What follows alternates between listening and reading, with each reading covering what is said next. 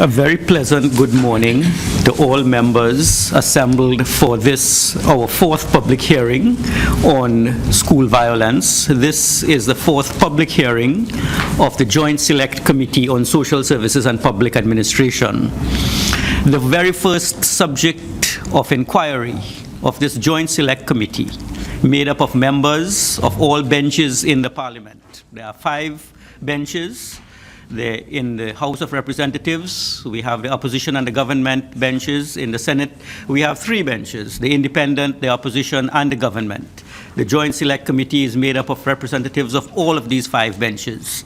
And the committee, in its deliberations, determined that the first order of business is this worrying phenomenon of violence amongst our school children, our school-age population.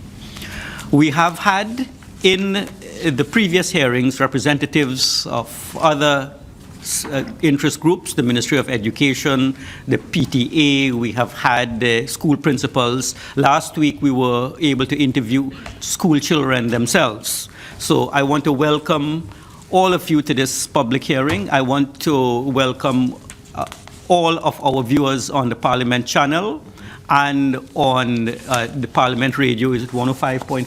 105.5 FM, who are tuning in for this particular subject of inquiry. And the members of the public can also follow us on Twitter and on other various electronic media. Before I start, I would like to remind all members here today who are to give us their own evidence on the subject. The major purpose of the inquiry is to determine the extent to which violence in all forms is pervasive among students in the primary and secondary school system in Trinidad and Tobago. We want to really get to the root of the problem, and this committee has as its primary objective, first, an understanding of the problem, and second, solutions, which, as a parliament, we can propose to the line minister and to the various decision makers with timelines on how we can solve this problem. I think there is consensus in the national community that our education institutions must be a place of learning. Our education system, our education institutions, primary and secondary school systems are places where students must feel comfortable and free of fear so that they can attend to the problem that they have, which is to understand algebra, physics, chemistry, and history. And there must be an elimination of fear in the school system. I will ask, this morning we do have the representatives first of the denominational school boards.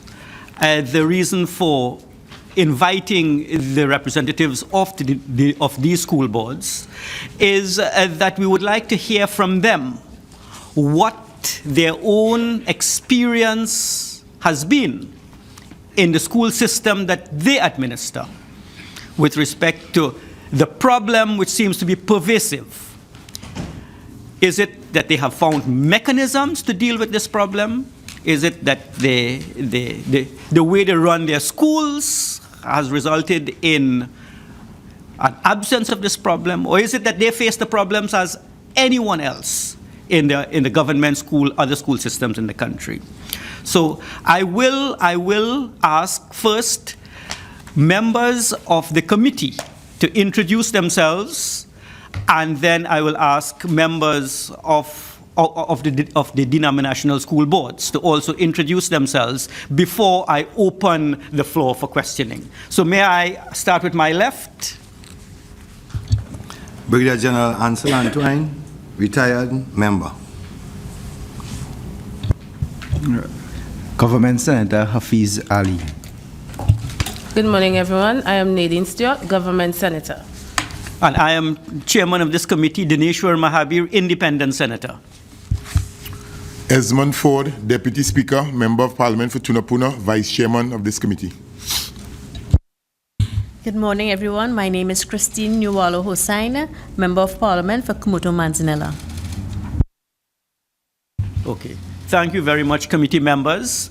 And I will now invite members of the school boards, starting with my right, who would be Miss, I can't make the Thornhill, Mrs. Thornhill, starting from Mrs. Thornhill on the way left. Yeah. I am Anne Thornhill. I represent the Bishop of the Anglican Church in the Diocese of Trinidad and Tobago, member of the Anglican Education Board of Management for primary schools. Okay. And how many schools is your board responsible for? 63 plus. Very well. Thank you. Morning, I'm Lennox Sergiu Singh, representing the Presbyterian Primary School Board of Education. I need to explain that in the Presbyterian setup, we have two boards. I am on the primary school board, and therefore I am going to be addressing you on what has happened in the primary schools. Okay. If there's need for the secondary schools, we can always maybe arrange that. Sure. Pleasure to be here. Thank you. And how many schools, Mr. Sergiu Singh, do you represent? We've got 72 primary schools. Okay. My name is Archbishop Barbara Gray Burke, representing the Spiritual Shelter Baptist School Board. Okay. Right. I'm Dr. Roland Batiste. I'm chairman of the Catholic Education Board of Management. I should say that we are one of 8 Catholic boards. However, we're the largest. We are responsible for 119 primary schools, 6 secondary schools. There are a number of other secondary schools represented by other smaller boards in the Catholic system. Okay, thank you. Jessica Cunningham, Secretary of the Seventh-day Adventist Board of Management. The Seventh-day Adventist Board operates 20 schools across Trinidad and Tobago, 16 primary and 4 secondary schools. Okay. Thank you. Name is Sat Maharaj. I am Secretary of the SDMS Education Board of Management. We have 43 primary schools, 5 colleges, and 20 preschool centers. Thank you. The name is Howard Nicholson, retired principal and former secretary of the Methodist Teachers Association. I'm just sitting in for our chairman, Mr. Sims, who's out of the country. Thank you very much. And I will ask the colleague who has just joined us to introduce herself before I open the floor for questioning. Good morning. My name is Khadija Amin. I'm an opposition senator. Welcome all. Yes. Thank you very much. The prerogative of the chair, I will exercise. And the first question I want to pose to any member representing any school board is this. In your school board, how have you addressed the problem of violence amongst the students, bullying among students, and students' misbehavior in general? Just by the press of your button, you can indicate if you wish to respond. Good. Mr. Chairman, first of all, I want to inform the committee that 75% of all primary schools are owned by these boards. 33% of all secondary schools are owned by these boards. And most of the preschool centers are owned by these boards. So we are grateful that at last the committee has seen it fit to invite us here to give our views. My own experience is that this violence is not pervasive in the schools that are run by the denominational boards. It is more pervasive in the schools that are run by the government board, that is the government primary schools. And I would, if I had to apportion blame, I would say that for every violent and delinquent child, there are 2 delinquent parents. And the problem is really with the parents. not with the administration of the school, not with the teachers, not with the denominational boards. But this is a problem that is really a problem arising out of the home. You can just hold there. We have recognized that in the committee, and we are looking into that issue. But the objective is now to focus on the violent incidences which must have occurred in your school. It cannot be that even in the denominational schools, you are devoid of this problem. When such instances occur, few and far between, what mechanisms do you have in place to address it so that the problem does not escalate? First of all, there is communication at all times between the school and the parents. All the reports that I have read from overseas studies on this subject has indicated that it is coming from homes where parents are not interacting with the school. And if I had to apportion blame, I will say the Parent Teachers Association is failing in its job. As a matter of fact, in my own opinion, there's really no PTA organization in Trinidad and Tobago. It's just a sham body.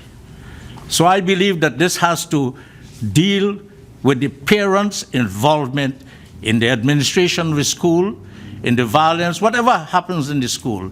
If the parents are there and the parents are interacting with the teachers and the principal and the administration, there will be a lack of this kind of problems. Okay, one final question. When a problem occurs in any of your schools, is it that the administrator in the school, inevitably the school principal, will call in the parent, have a discussion with the parent, and the parent, the teacher, the principal, and the child will resolve the problem in a speedy manner? That is precisely what happens in our schools, and I believe in all denominational schools. Okay, very. May I ask Brigadier General Ansel Antoine to come in at this point? We invited students before this committee in our last hearing. And they are the people on the ground. They are the ones who are suffering from the violence and the bullying. And one youngster, 11-year-old, is Michelle Henry from Laventil, said that the measures that you all are using, you adults, mean all of us, in the schools, they are not working. Matter of fact, he told us it's time we think out of the box. So my question to you, are there any new methods that you all intend to use to ensure that these students can say that the adults are thinking progressively to deal with the incidents of bullying and violence in the schools? What new methods do you have to deal with this? I would answer that by saying that the methods that we are using in the schools are working. Not according, you are identifying a school and a person from Laventil. There are areas in Trinidad and Tobago where we have problems in the schools, and don't use what happens in one isolated area to find a solution for all the whole country. So I will say our methods are working. Right, but the question posed by Brigadier Ansel Antoine was a direct one, which is, have you been doing anything over the last few years differently from that which you did prior? Or is it that in your school system, you have a true and tried method that you have implemented, which seems to be working to minimize the problem at hand? I see a representative of the Catholic School Board. Yes, I'd like to intervene here, and I agree with Mr. Satmaraj on this particular issue about generalizing, and but I want to go a little further to answer your question directly. First of all, in our schools, all of us here, the principles of our various religions are taught, and we feel that that goes a long way to mitigate that kind of behavior.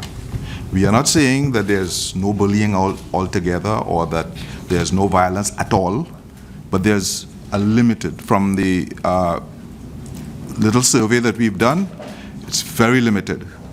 That's one of the things. So that Okay, but and I'd like to I- intervene here to get directly to the objective of the inquiry. Is it that you have a system similar to what Mr. Maraj of the Mahasabha indicated, that whenever an instance occurs, you have a method where you call in the principal, teachers, That is pupil, common- that is and, common. and you resolve the problem post-haste? That is common, Okay. but I wanted to give you I'm answering the question that member Antoine had asked. And so I'm saying, you're talking about thinking outside the box. I don't particularly like that phrase, but in any event, we have implemented in our schools something we call the Quality Assurance Program, and that in itself supports principals, it supports teachers, etc., and it involves integrating our activities with the parents and so on. And that we started out about 3 years ago, and it is having an effect. We've seen the effect already, but it will take some time, we agree. And there are a number of things that you can do that is new, that is not necessarily new. In most of our schools, there's a broad curriculum, in addition to the Ministry of Education's curriculum. So there's sport and cultural activities and so on that the students get involved in. And I think that all of that, it's a combination of things that contribute to the low level of violence and bullying and so on in our schools. Senator Nadine Stewart? Oh, yeah, right. I will ask Senator Nadine Stewart to pose a question, and then you can come in, Mr. Siraju Singh. Yes. I think my question would have been a runoff from what Mr. Batiste just explained. Are you saying, in your opinion, that a denominational-run school is less violent than a government school? Well, it appears that the statistics might support that position. I don't have all the exact statistics. I'm basically saying that in our schools, we don't have a huge problem with respect to violence and bullying. Whatever there is treated. Yes. Yes, Mr. Siraju Singh? If I may just go back to the very first question, I think the question as I heard it would have been the board's activities at that level. Yeah. As a board, the Presbyterian Primary School Board, we have had a conference with principals on the topic. We have had very little reports of violence among our schools, or in our schools. We continue to monitor the cases. Our last principals conference was basically to look at the national test. However, relevant at the time was that we should have invited the Children's Authority to apprise our teachers and principals of what is expected of them in that. From the reports coming to us, and our board intend to have, very importantly, follow-up workshops, as well as monitoring what is happening in the schools by ensuring that our principals do report all acts of violence and so on. There are many things happening in our schools in a proactive manner because we don't seem to have much of a problem. However, it's quite a long list. I would not go into it, and as we go on, maybe we'll get an opportunity. I want to say that we have made available to our principals legal advice if necessary, because it can be a very complicated matter implicating the ministry as well as the schools. So that we are in a proactive manner in this, and there are many things being done in our schools, which perhaps later on we'll get a chance to. Okay, very well. And I have Barbara Burke. Mrs. Barbara Burke, would you like to come in at this point? I see your mic is on. You are speaking at the time. Okay, very well. We have the SDA representative, Seventh-day Adventists, wanting to come in? Yes, thank you, Mr. Chairman. The Seventh-day Adventist school system, of course, as every other school system, there are incidents of bullying and, violence, aggression. But we have found that the prevalence is quite low and declining. And it is declining not because, you're just, waiting for things to happen, but because of intentionality. We have found that when our school administration and local school boards, because each of our schools there's a local school board, when they are directly involved in the lives of the students, encouraging the teachers to be directly involved in the lives of the students, and they show that extra care and concern for the students, that adds or contributes to a decline in acts of aggression and general indiscipline. We have also found that our parent-teachers associations, where they are collaborating with the schools, with this particular school, there is a decline at those schools, quite significantly, as a matter of fact. And just recently at one of our schools, there's a father-son. It's part of a whole intentional program, but fathers and sons, bonding. Actually, they attended an excursion, and about 60 fathers and sons, so 120 in all, attended that excursion, and the principal reported how happy the fathers were and the sons were. So is this an indication of when the parental factor comes into play, as it should, right, how the students are impacted? I would like to intervene with respect to our solution. And as a possible solution to the problem, from what I am hearing from representatives of the school boards, do you think that in all schools in Trinidad and Tobago, there will be considerable benefit in solving this problem if from the date of registration of the child in infant 1, first year, and the date of registration in Form 1 in high school, that parents are invited to a particular meeting and they are educated and exposed on what it takes to prepare at home a child to really function efficiently in school. So I'm looking at a program of parental education starting at infants 1, where parents are required to attend as a condition for registration, and parental involvement in Form 1, where parents are invited to attend and participate in this class on parenting, effective parenting, so that at that stage, parents will know what their requirements are. As a solution, I'm putting it out to school boards as to whether that particular program can, in your opinion, generate the kind of solutions we would like to see in the problem. As a matter of fact, Mr. Chairman, that is one of the recommendations of that the Seventh-day Adventist Board would like to propose and to agree with you. Very well, we have seen from our system that collaboration with parents actually excellent. works. Thank you very much. And before I ask Senator Amin to come in, I see a number of mics on. Is there any other member? We have a member, Ms. Thornhill, would like to come in. She has not yet spoken. I would like to come in here. You did indicate the importance of having meetings with parents from first year infants. I'm saying from the Anglican Education Board of Management, we also manage early childhood centers. And what is happening now is a sort of transfer of the programs at the early childhood center into the primary school. For example, when a child is enrolled at an early childhood center, we do not enroll a child, we enroll the family. So when a child has to be enrolled, both parents or representatives of missing parents need to come in for that interview to get an understanding of the program. Their orientation program involves their having to document their own enrollment as members of that parent body, and that they are part of the team working with the child and the parent. It moves into the primary school. Some of them serve as feeder for the primary school. And yes, the Anglican schools do have issues of violence and bullying, even though in the minority, as I have shared with my colleagues. And the board is divided into regions. The whole Anglican education body is divided into regions: Northwest, Northeast, South, and Tobago. The board also has various committees, and these committees visit schools on a regular basis. We have had a series of programs that have been instituted in schools. Like in Tobago, we note that there was a whole program referred to as child-friendly school, where counselors were brought in and teachers and so agreed for the standards of the schools.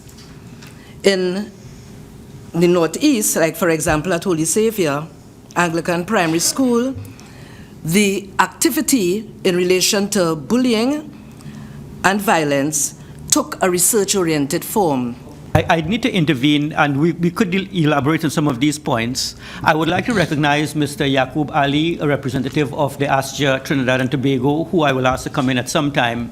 But really, am I hearing, before I go back to a follow-up question of Senator Nadine Stewart, a consensus amongst the denominational school board that we need a system of educating parents, so that schools are involved not only in educating children, but from the date of registration, now we're hearing from the preschool that parents need to be educated. Do you think, as a one follow-up from the chair, that in educating the parents, you would need the assistance of school guidance counselors, psychologists, professionals who are trained in parent-child-teacher relationships to provide the necessary training to parents and teachers and principals so that there will be a cohesive body assisting to deal with this program? Do you think, the second question is the need for professional assistance in training parents? I would like to continue there because in the Anglican schools, we have a body referred to as the Mothers Union group. And the Mothers Union has been involved in parent education throughout our schools. Okay, thank you very much. And Senator Nadine Stewart, your follow-up is a follow-up, and then Senator Amin, original. Okay, I have listened to the representatives from the school boards, and maybe you all are indicating that the whole issue of violence and bullying is in the minority at your schools. So my question is, do you think that we have incidents of underreporting? I don't think that that's the case. I think that we are reporting exactly what obtains. And if I may I proceed to something that you said? Yeah. In addition to the involvement of the parents from the very beginning, which I agree with, and which we do, each of our schools would tend to have an action plan that the principal follows and the staff follows with principals. And we submitted a document. I'm not going to read that whole document. And in the appendix, we have an example of what one of our schools does. It's the action plan at the Sacred Heart Girls RC School.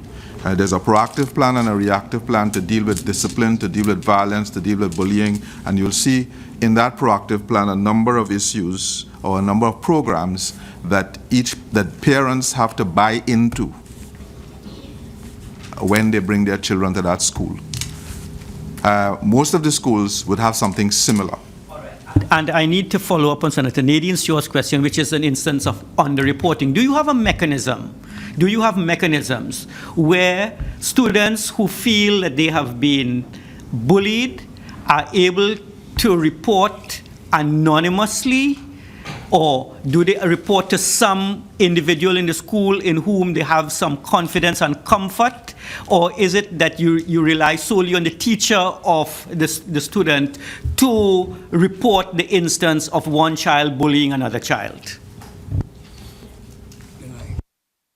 I'm looking at the mechanism because we really would like to get to the point of whether there is underreporting or whether the instances that you are seeing really and truly reflect the instances of bullying in your school.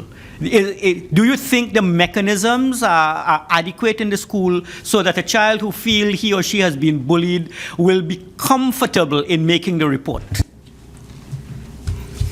There might be some level of underreporting where you don't have enough supervision in the schools. There are incidents where you don't have a complete staff, you have vacancies, etc., and teachers have to make up and so on. In those situations, it is likely that there will be more incidents of bullying and so on, and more underreporting. Thank you very much. And Senator Amin, and subsequent to Senator Hussain, and then Mr. Ford. So we're coming this way. And Senator Hafiz Ali will be last. Yes, Senator Amin. Chairman, Senator Amin. I have no doubt that the religious principles of the various denominational schools represented here play a significant role in the discipline within your school. But you mentioned the involvement of the board, and apart from the involvement of the parents. Only recently, a couple years ago, school boards were put into all public schools. I am wondering if the presence of a board as a supportive body to the teachers and to the students by extension, as well as the parents, and a group who will play a role in the administration of the school, if you believe that that type of support makes a difference in your school. Because in a school without a board, they go through the principal, there's an incident, whether it is with a teacher or a student, they go through the principal, and thereafter they go to the school supervisor, who are individuals. But there is no board specifically, previously there was no board specifically assigned to each school to act as a support. The results of these boards that were recently put in may not be very evident as yet, but I am asking from your experience in education, whether you feel the presence, the very presence of a board plays a significant role in the support of your school to uphold the standards that you adhere to. Honorable Member, the Seventh-day Adventist Board always worked with each school, whether it be an assisted school or a private school, having a local school board. And these boards operate based on the policies of the Ministry of Education and the Seventh-day Adventist Church. And we have found that when these boards are fully functional, that the administration of the school, the teachers, all the stakeholders receive quite a bit of support. As a matter of fact, in the terms of discipline, student discipline, gross discipline matters would be taken for discussion at these school boards meetings. And while they cannot, execute discipline and so on, they are able to make recommendations, both for the punishment, as the case may be, or consequences, and also for improving the entire discipline of the school. As a matter of fact, one of the policies that they are supposed to discuss as a body is the discipline policy of the school. Yes. And the discipline policy would not only treat with consequences for wrongdoing, but strategies for intervention and for improving student discipline in general. Okay, thank you very much. I would like to hear from Senator, I call her Senator Burke, she was a senatorial colleague with me, Ms. Barbara Burke, with the experience, and then Mr. Yaqub Ali, the experience of your school board. I think that's a valuable point raised by Senator Amin. How effective is the board, the presence of a board itself in ensuring discipline in a school? Yes, good morning to the chairman and members. The board plays an important role. And you have a family relationship. In our school, we only have 2 boys that give trouble. 2 boys, and they are in 4th standard. So it's minimum. 2 boys alone. You could call their names on your fingers. The others, the parents, you have the PTA, and the parents come in, and you have like a family relationship. Okay, thank you. Mr. Yaqub Ali, would you like to give us the experience of your board in relation to disciplining errant students? Generally, what I would say, Mr. Chairman. Could you activate the microphone? Yeah, generally speaking, we do not have a problem within the school system at all. We may have an erring child here and there, but the way we tackle it, immediately we get the parents to come in. Mother and father must come. If mother alone comes, we ask for the father to come. We send back the mother. We said mother and father must come. If the father is there in the home, he must come to represent and tell us what is wrong. So we do that, and we have a hearing with the child sitting there and the parents, and 1 or 2 teachers come there, just as you would have a normal thing, as quickly as possible, not to intimidate the child, but to let them know that they will be hearing the evidence from the teacher and the principal. If the principal knows the details on it, So this is the way we handle it, and we have had minimal problems. Okay, thank you very much. That's the way we handle it. To then emphasize one question before MP Hussain comes in, and that is, the Education Act is very clear with respect to the role of the principal in ensuring the safety and the security of all in his or her school. In a school, the principal rules and the principal controls. What I'd like to find out from the school board is this: what kind of assistance do you give your school principals so that they are in a position to ensure the safety and security of all students in that school? Well, we give a lot of support. The country, from our point of view, is divided in what we call vicariates, and we have what we call vicariate managers. They are almost like school supervisors, but they come from our board, and they work with our principals all the time. They visit all the schools. I said earlier, we have this quality assurance program, which they monitor. They ensure that things operate as we feel they should operate. Any other kind of support that they need, they bring that through these vicariate managers to the board. Of course, the Ministry of Education, we don't want to sound as if the Ministry of Education doesn't have a part to play. The Ministry of Education also has its school supervisors and their whole system that would support the principals in the job that they have to do. Thank you very much, and I will now ask MP Hussain to come in, who has wanted to come in for quite a while. From the time we started. Thank you, Chair. Thank you. I just want to go back a little bit to a statement that was made by the board. And I just want to kind of see if it ties in at all. You had indicated that in light of the fact that there may be incidences which may be as a result of teacher absenteeism, I would like to ask, what is the rate of absenteeism in your schools, one? And two, it has come to our attention that the nominational schools tend to suppress these statistics in regard to incidences of violence. You're here as the board. Is it possible that the principals may not articulate these incidences to the board in order to protect the image of the schools? I am not aware that anybody suppresses information in our schools. So I wouldn't support that allegation at all. It's not an allegation. It's a question. Yeah. What I said was that for example, in our schools, we have a number of vacancies, and we find that where there are vacancies and teachers have to make up for the vacancies and so on, there's a tendency to have less supervision over children. The result is that the incidence of misbehavior might rise. And that's where we tend to see more misbehavior than in cases where the school is fully staffed. That's the point I was making. I'm not aware that incidents are suppressed. Perhaps a better word might be that we don't know about it. But to say that it's suppressed, I think, is a harsh statement to make.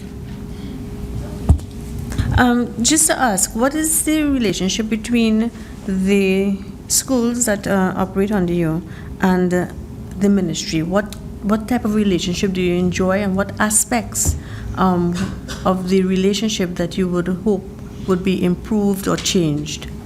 Are they responsible, for instance, for providing teachers or proven teachers before they actually come to your schools? Well, the appointment and all the other things that go with staffing schools is responsibility of the commission, the Teaching Service Commission, but the ministry does have a role to play.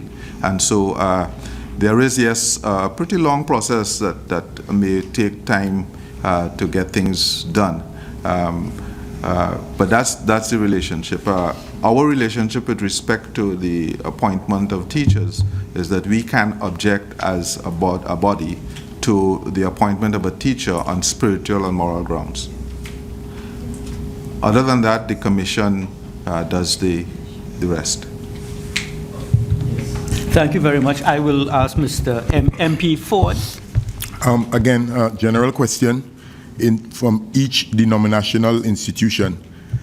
In terms of where the Ministry of Education is unable to supply the needs of like guidance counselors and so on, are you all in a position from as an individual body in order to institute these positions on your own as a result? Do you all have that authority in order to, let's say for instance, you all don't have enough guidance counselors and you all would like to institute? Are you all in a position as denominational boards to institute those positions at the various schools in order to assist with the development and to ensure that violence is minimized and discipline is maintained? For the Anglican board, we do not have, we do not institute guidance counselors, but in each school there is a manager, and the manager is the priest of that parish. The priests of the Anglican faith are trained in guidance and counseling, and they assist in that area. Each Anglican school has a priest assigned based on the parish that that school is located in, and the priests serve in that capacity as far as they can when situations arise where there is need for counseling. Are there any other contributions? Yes, the Seventh-day Adventist board, the chairman of the local school board is generally, well, in all cases, a minister of the church, so he would be trained in counseling, both general and pastoral counseling. We also have at our schools, some of our schools, chaplains who would, of course, treat with the spiritual and religious life of the school, which impacts on discipline. Okay. And we have also appointed school counselors, we call them, who are trained in, well, guidance and actual counseling at that level. Okay. One other follow-up. Right. Again, from my school days to presently, right, I could have recalled, my school days, the regularity of sessions that, religious instructions. You would have, at lunchtime, there would be these sessions. At the Presbyterian school I attended, Reverend Sunarine used to be on the compound every day at Hillview College, ensuring that, his presence is there, having sessions and so on. Presently, these things take place still in terms of irregularity, like with the Catholic, with the Asja, with the Hindu faith and so on. When I say we have individuals on the compound ensuring that this is maintained. Yes. Yeah, let me just interject. Okay, could I ask Mr. Satmaraj, who has been quiet for quite a while, to come in here? I'd really like to hear what happens in the Sonata and Durham Mahasabha schools. Well, we meet regularly with our principals. On Monday, I had a meeting with all our principals, once per term. I am meeting with them again tomorrow, this time at a beach. It's a beach line. So that there's complete interaction between the board and our principals. They will tell you that. The point that Mr. Ford has raised is that during your school days and my school days, there was always pushing and shoving. We didn't call it bullying. It always existed, every one of you. Now you call it bullying, cyber bullying and physical bullying. But it's not that prevalent in the school system. Mr. Chairman, I want to turn your mind a little to another issue, especially at secondary schools. There are children who cannot cope academically with a secondary school. Previously, we had woodworking center, you go and train to be a mason and so on. So if you eliminated these children who cannot succeed academically, they become violent in the school. If you could have a separate mechanism where you send them for skills training, because we had that at one time, skills training, so that the child who cannot cope with the academy of the school will go to a school where you have skills training. rather than remain there and be a disruptive force in the school itself. Excellent recommendation, and we will be giving that consideration because it has arisen in previous evidence that was advanced to the committee. Ms. Nawala Hussain and then Senator Hafiz Ali will, and Senator Hafiz, you can ask about 4 questions, one after the other. Thank you. Yeah, but first. No, I can listen to Oh, okay, all right, let's listen. It's okay, Mr. Of the Methodist Nicholson. faith. I'm not championing the cause of all denominational boards.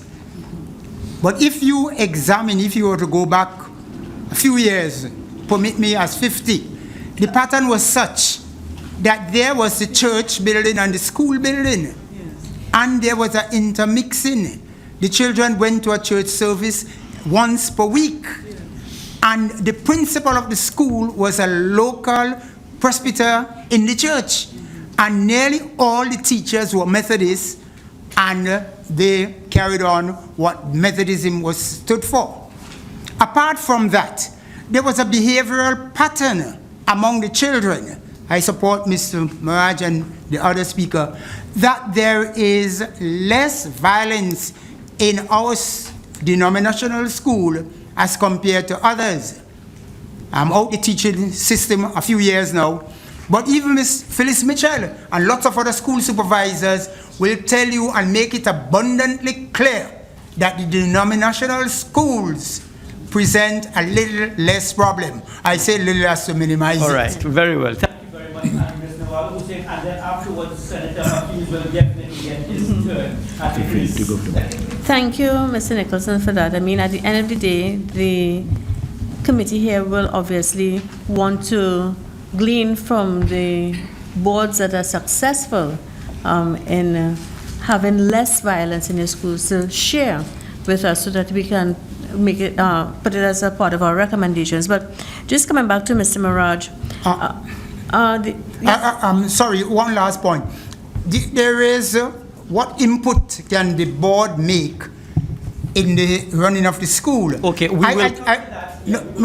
Summing up, you will get an opportunity to sum up, but we do need to give the MPs an opportunity to pose their questions. Mr. Maraj has spoken about academia being an issue where children may not fare well and therefore may turn to violence. What have you recognized at all that disorders such as ADD and ADHD can in fact contribute to a child's inability to function in his work, and also that it may contribute to violence? And if yes, what steps are taken to test children who are under your care? And that goes for anyone to answer. First of all, I want to record that when you look at the timetable of my denominational board, every school, you will find that between 8 to 8:30 is devotion. So that even before you begin the academic day, there is half an hour of devotions. So you set the tone for the child, as my friend was saying, and I believe most of you have had that experience in a denominational school. Yeah. The devotions in the morning, and you set the tone of the school. Very well. Thank you very much. And now I will ask. You didn't answer. I will ask Mr. Hafiz, Senator Hafiz Ali, to come in. Yes. You will get an opportunity. No, I don't want to ask a question. Right. My question was not answered. Okay, but we will come back to that. But Senator Hafiz must be given his opportunity. Senator Hafiz, it's your turn. Thank you very much, Mr. Chairman. Mr. Maraj, in your early opening remarks, you made a reference that you believe, and I would want to believe that the rest of boards have the same opinion, that the main issues really creating the problem of bullying and violence in school will be the parent neglect to the children. And the Anti-Bullying Association have given a list of causes to us as an organization, and many of them point directly to the parents. Yeah. What I want to know, first of all, from as many of you as possible, and then you say the Parents Teachers Association or the PTAs in these schools, if I want to use the quote, what you have said is a sham. How then do we get the parents involved, or how do you get the parents involved in your denominational schools to be involved with the parents themselves, with the children themselves? Well, I would like to refer you to a study that was done in England and published in the Sunday Observer of the 3rd of the 4th of this month, where they have this same sorts of problem. And one of the experts there, I'd like to read what in that article said. Education experts said this is where the white children were failing. That is, the Indian children in England were at the top at the age of 6, and the Chinese children were at the top at the age of 14. And they did a survey and a study, and this is what it said. Education experts said white British children were being let down by schools and also by parents who did not fully support their education. In contrast, immigrant children were keen to make use of the educational opportunities on offer and receive huge support from their aspiring families. And then another expert, in that same article, Joe Hutchinson, Associate Director of Education, Data and Statistics at Center Forum, said, previous research has shown that higher educational aspirations were associated with certain ethnic minority groups. This is in England, where the study was taking place. Mr. Mirage, the question posed by Senator Hafiz Ali was, what are you doing in your schools to ensure? We are doing precisely what these experts are finding. That's why I'm reading what the experts said. But I want to know, what practically are you doing in your school on a weekly basis to get the parental involvement that perhaps government schools may not be doing? We understand what you're saying, but how do you translate that into action? By the parental involvement. If the parents are not involved in the education as they have found here, and in Trinidad, if the parents are not involved in the education of the child, then there's no progress for that child. Okay, but we really would want to find out the mechanisms that your board... Parental involvement is the mechanism. Right. Do you call them in once a week? Do you have a regular meeting? Regular PTA meetings. And if there's any problem with any particular child, I have one of my principals here, right in the audience. He will tell you that they will immediately have the number of the telephone number, the cell number of the parent, and call them in immediately. Right. So you solve the problem.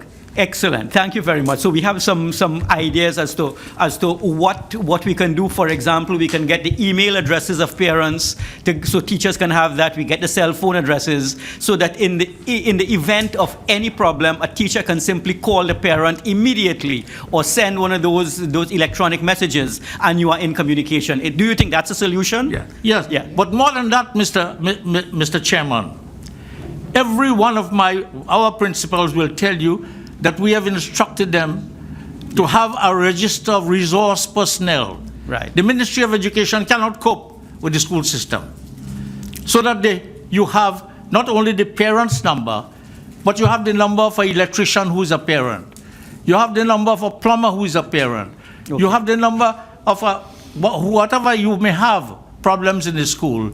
So you do not shut down the school or do anything like that, but you call in for help. Additional help from the community outside there is prepared to help any school where the teachers and the principals are working. Right. So they put their own money in. Yes, and I need to intervene. And before I ask Mr. Yaqub Ali to come in or other board members to come in, basically you were saying the function of a PTA is not to raise funds for That's a part of school. the function. Okay. That's part of the But function. the principal function of a PTA is to ensure that there is continuous communication and dialogue so that the process of education can proceed efficiently. Will you agree with that statement? Yes, I will generally I agree with Because that I was a statement. member of a But every PTA school, raised Mr. to Chairman, raise funds, you know. Mr. Chairman, we have different regions in this country.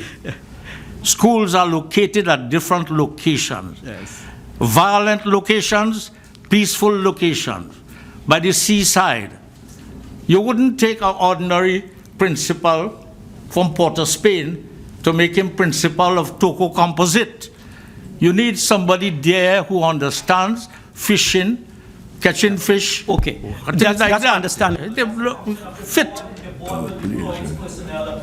For the functions. But I think Mr. Siraju Singh would like to come in briefly on that point raised by Senator. Thank you. And also, I think Mr. Yaqub Ali would like to come in to address briefly the concerns raised by Senator Hafiz Ali. Yeah, there were 3-4 questions in the air. So let me refer first of all to the question of the national schools. Mr. Maraj explained we begin the day with worship. And in addition, in our schools, Presbyterian schools, there is another half-hour period per day for religious instruction. All right. So granted, we get that, but the question raised by Senator Hafiz Ali was really, how do you, given that parental involvement seems to be at the crux of the problem, what's the mechanism do you employ to ensure that parents are involved in a continuous basis in the education of the child? Yeah, my own experience as a principal is that I got away from the term parent-teacher because that was too restrictive.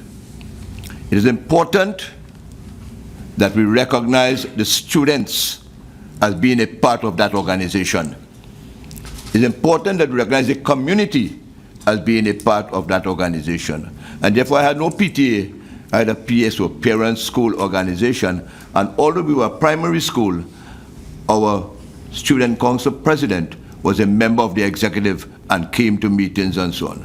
So I need to intervene because Senator Hafiz, I think, Ali, you have a few more questions. Right, so Senator Ali has a few more questions, but really, to get to the solutions, you are saying that each school board will organize its parent-teacher school association appropriate to the environment in which the school operates, so that the school board is then free to tailor the associations based upon the specific needs. As Mr. Maraj said, in Toco, you may have special needs, so that you do need to be iterative in how you have these associations.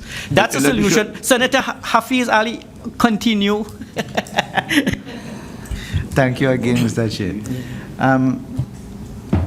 So what I am hearing here this afternoon with all the boards is, would it be right for me to say that for us to minimize the level of violence in school, that one of the actions we should take is that those schools that are heavily violent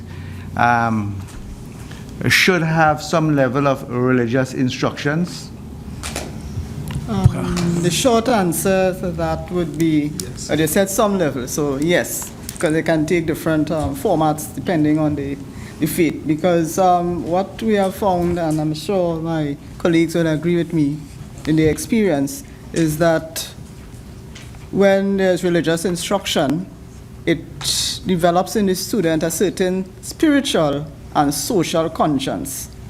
Right? Because along with the worship and so on, we at the Seventh-day Adventist Board have the students engage in community outreach, right? In reaching the school for their peers who may be in some difficulty of one type or the other.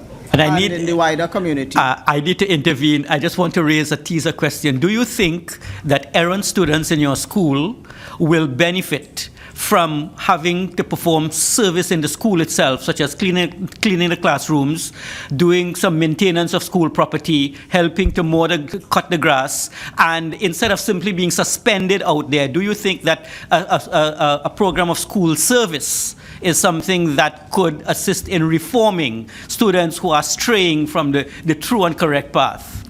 Yes, that has been my experience as principal, but I was not speaking about that type of service. I was speaking about helping altruism, helping students, helping neighbors, helping persons of the community. But that type of service is also quite useful. We accept that. It's just that we have not been focusing on using the students themselves to show a little more respect for the school building, school environment, school washrooms, cafeteria facilities. Let them understand that these things need to be treated with respect in addition to students and so on. But Senator Ali, again, your question. This will be my final question, Mr. Chair. To the boards again, I just want to know what kind of relationship you all have with the PTA Association and the Anti-Bullying Association in the country. I would like a few of them to answer, please. Yes, any response? My first response is that really you don't have a national PTA. It's a sham. Okay. It doesn't exist. It exists in only about 15 schools. Very well. And any other responses from parents? Because we do have up to 11, 15, and there is a second stage to this hearing, and we would want to conclude shortly. So the experience of other school boards? I want to ask, please, that we do not forget that position I made earlier about the parent registering along with the child. Very well. Thank you very much. It has been very, very in useful, the interest of and time, I don't want us to miss it. We have heard that. Mr. Yaqub Ali, did you want to come in on any of the points? We call it Parents Enhancement Committee now. Very well. And we meet with them regularly. Okay. And if a child errs, we get the parents to come in, mother and father, father around, and we do that. What I plan to do is I will ask for one more question from the committee, but I will engage in a brief summing up. So far, there are solutions which have emanated from our public hearing. One, Mr. Maraj has indicated that there is a need for curriculum change so that students who are not coping very well with academia may find other avenues, industrial arts, etc., on which to expend their energies. Second, there seems to be some consensus on that. Second, there seems to be consensus on the need for parental involvement from infants 1 up to when the student graduates and lower. Okay, parental involvement from the date of registration in preschool. Continuous, and that the parental involvement should be tailored to the environment of the school and the particular idiosyncrasy or the peculiarity of the school itself. Third, what has come out as a positive recommendation is that there is a need for religious instruction or ethical training in the school starting from the beginning of the school at 8 a.m. right down to the end when you terminate classes. And fourth, what was indicated by the SDA member here is that we do need students to perform service to the community as well as service to the school. These are the recommendations that have come out so far from the hearings that we can put into our report. But before I ask Mr. Batiste to come in, I would ask any member of the committee who would like to pose one final question. And all members will be given an opportunity to sum up a position in a minute before I close. So MP Hussein, do you have a final question? Brief final question. I'm going to make it easy for the board, and it's going to be just a bipolar answer, and that is whether or not community policing plays a role in your schools. Yes, community policing? Yes, it does. Are you satisfied with the response of the community police to problems that you may encounter? One school actually has homework being done in the police station. Okay, it has homework being done in the police station because the police station has air conditioning unit or something? Why? Well, that's because parents may not be home at the time, and etc. Very well. Yeah. Thank you very much. And then I will just briefly, the selection of teachers is an important factor. Okay. And you have to maintain contact with your teachers and warn them about the religious practices in the institution. In religious ways, we have a religious board.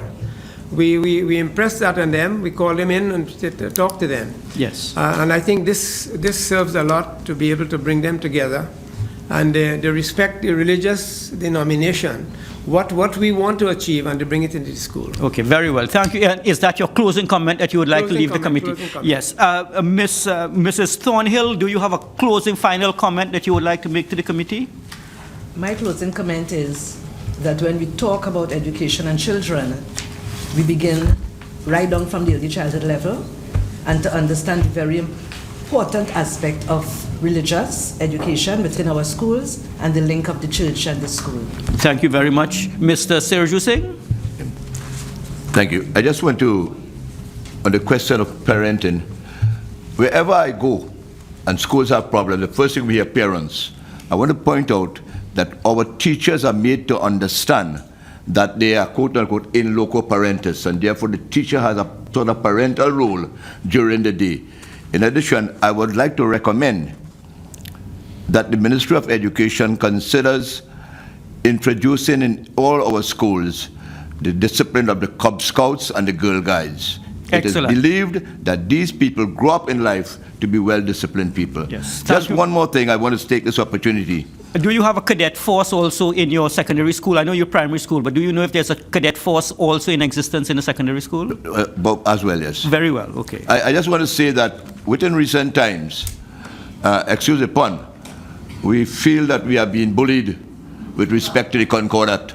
Okay, very well. We will come to the Concordat at some other time.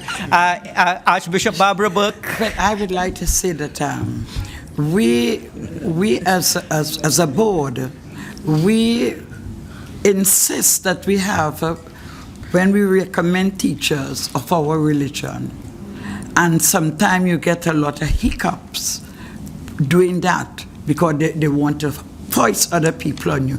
But what keeps us together when we have people from our religion in our school as principals and teachers, because sometimes if you don't have that, you may not get the cooperation of them to take the student over to the church, although we take them because we get police permission and all this thing. Every first Monday over to the church, and then every Monday, and we have ministers go in to the school to give religious knowledge. Okay, thank you very much. Dr. Batiste? Yes, we're speaking from the level of the board, but let me just, my addition to this would be at the level of the school itself. We recommend an action plan for discipline for each school. In the report that we submitted, we have an example of one, the Sacred Heart Girls RC School. And so quite apart from what we do at the level of the board and what the Ministry of Education should do, you mentioned that the principal is finally the person responsible for the school. Each principal should have an action plan, and we have this particular school has a proactive plan and a reactive plan. And I want to recommend it to you. I believe you would have it with you. Very well, thank you. And Mrs. Cunningham? The SDA board would like to recommend as a mechanism to treat directly with bullying and acts of aggression, an intentional anger and conflict management program or curriculum be formulated and implemented in all schools to treat directly with the level of anger and conflict management issues. Okay, thank you much. Mr. Satmaraj? Mr. Chairman, the way we construct our academic year impacts on the education of the country. Our academic year is colonial. That is, we have a summer, a Christmas, a Easter, and a summer period. It is constructed that way. I am suggesting that we change that construct to a calendar year. That is, it starts in January and it ends in December. It might impact generally on the education system. Okay, but how will that, Mr. Maraj, affect positively the school violence problem that we have? Well, school violence, I would suggest that they focus on the government schools and ask the government schools to model themselves according to how the denominational schools have modeled ourselves. We suspected that would have been the response. Yes, Mr. Nicholson? Yes, as I wanted to say earlier, the board is separate from the principal, an able principal should run his school. Yeah. And until you are ready to make a report to the board does not come in. Next point is, at our primary school, I presume it's in black and white or not, you begin at a certain denominational school, and after a time, you change your religion. And the ministry give you the impression, or used to say, apply and you'll come over to government. But usually when you go over to government, you become senior to too many of the teachers you meet there, and there's a problem right now. Right now we have 2 of our schools with acting principals because they are from different religious faiths. And so it's a deadlock. I think there were cases where Presbyterian and Mahasabha were at loggerheads with people wanting to become principal of their school who did not support their religious denomination. Okay. So that if we have these issues solved, it will have an impact on the discipline. Very well. Thank you very much, members of the denominational boards. This has been a very productive morning hearing. And yeah, what we will have to do, we have a second phase. Mr. Batiste, you wanted to come in for some reason? I just wanted to formally present our report. Okay, very well, thank you. We have a report presented by Mr. and it has been accepted by the committee, so that we will bring this morning session to a close. This particular part of the proceeding will have to be suspended for a few minutes. Yes. Okay. Yeah. And since we do have a report from the Catholic Board, if the other boards also have similar reports that they would like to submit to the committee, you are invited to so do. If there are any other recommendations that you would like to send to us via electronic form or in writing, please do so do. This will inform, apart from what I have been able to glean so far as recommendations and solutions, this will then inform our report, which will then be subject to ministerial action. So at this time, 11:24, I will suspend for a few minutes. I'm going to thank all of the participants from the denominational boards for being present and for interacting with us. I suspend now, and we will reconvene in about 5 minutes. Thank you very much.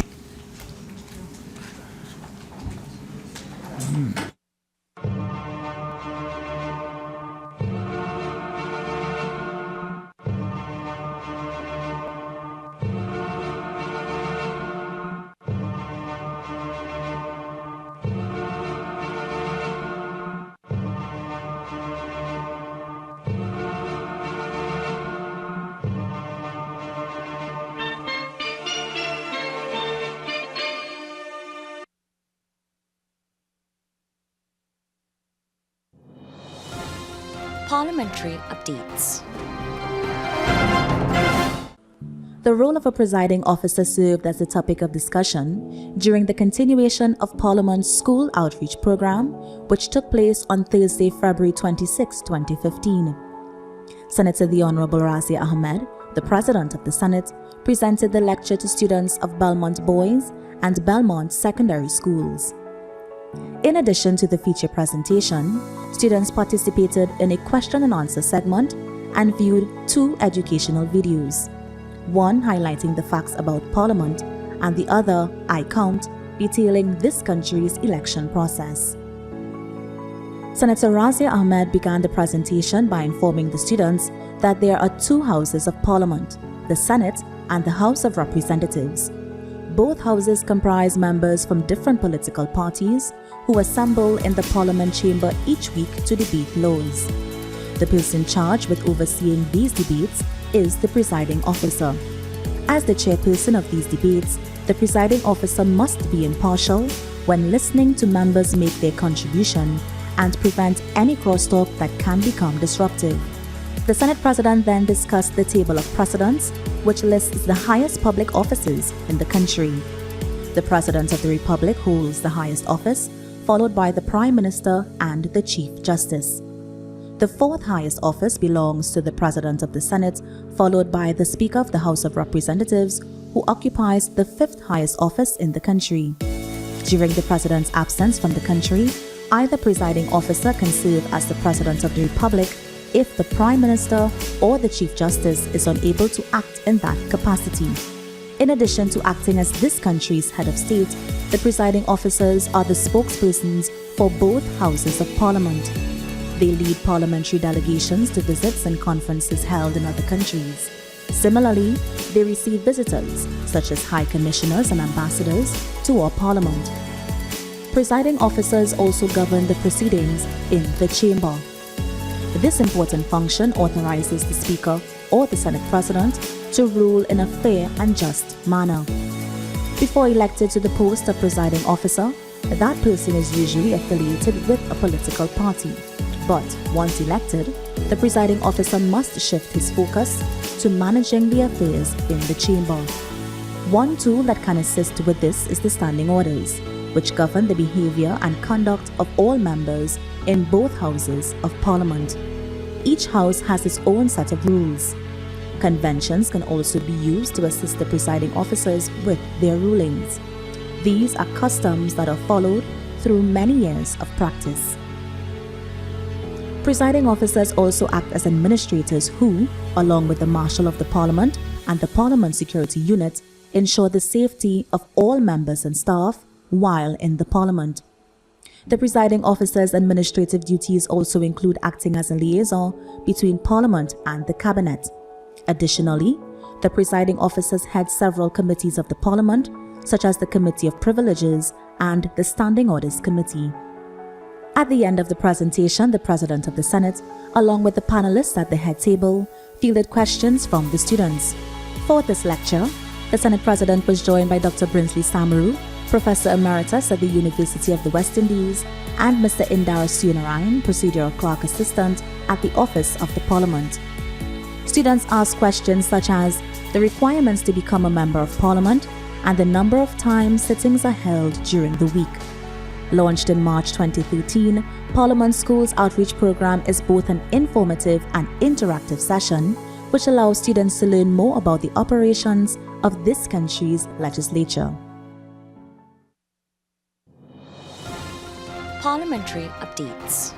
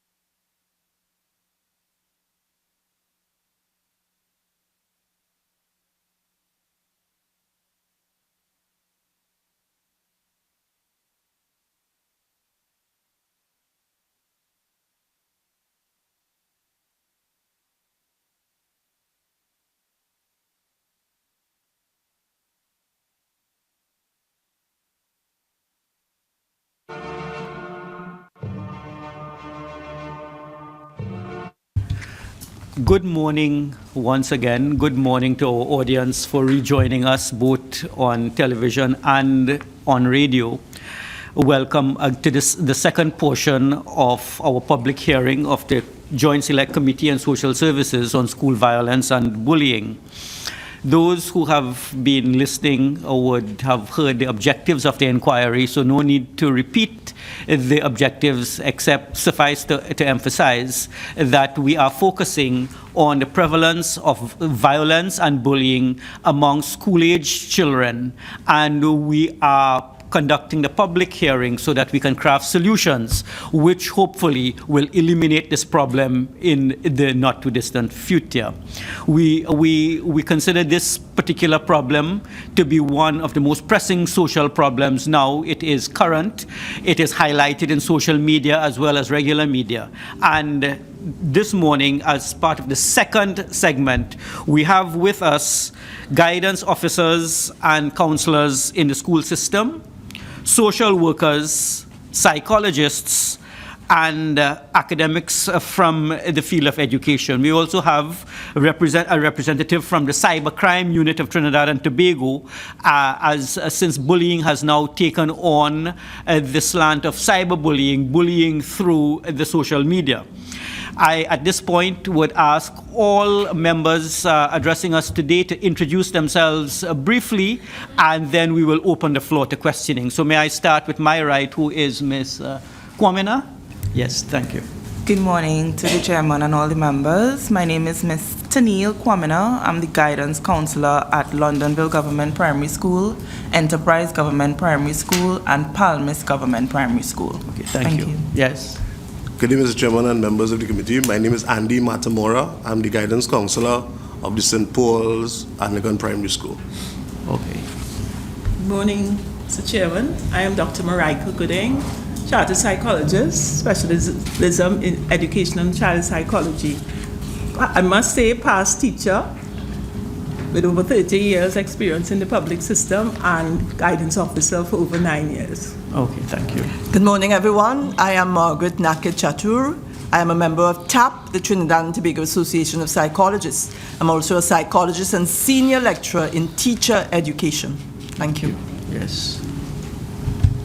Good morning to everyone. Thanks for having me. My name is Dr. Hakim Mohandas Amani Williams, son of Laventil, and I'm a professor in the United States at Gettysburg College and Columbia University. Thank you. Good morning to the committee. My name is Ms. Jasmine Mohammed, and I'm a guidance officer for Irie Government School. Okay. Good morning to all members of the committee. My name is Nadira Hakim, representing Couva West Secondary as a guidance officer. Okay, thank you. Good morning to the committee. My name is Judy Monica Thomas. I'm a guidance counselor from Yarrow Secondary. Thank you. And we have representatives at the back, the police and so on. Yes. Good morning. I am Marcelin Melville, guidance officer at Parental North Secondary School, which falls within the Caroni district. Okay. Yes. Hello. Good morning. My name is Anso Nicholas. I'm a social worker for Capichaima AC. Very well. Good morning, everyone. I'm Alison Paul, school social worker representing Princeton Methodist Primary. Okay. Hi, good morning, everyone. My name is Miss Flavany, school social worker from Southeastern District. I'm the school social worker for Barrackport West, Barrackport East, Ayrshire, Gales, and Cohen Hamilton. Morning, Mr. Chairman. My name is Frankie Driggs. I am the school social worker for Five Rivers Secondary School. Okay. Good morning to the committee and everyone else. My name is Sule Dyer. I am the school social worker attached to San Fernando Boys Government Secondary School. Primary school, sorry. Okay. Hi, good morning to the chair and all members. My name is Miss Alana Bruce Webster, Caroni District, presently at Chagonas North, Chagonas South, and presentation.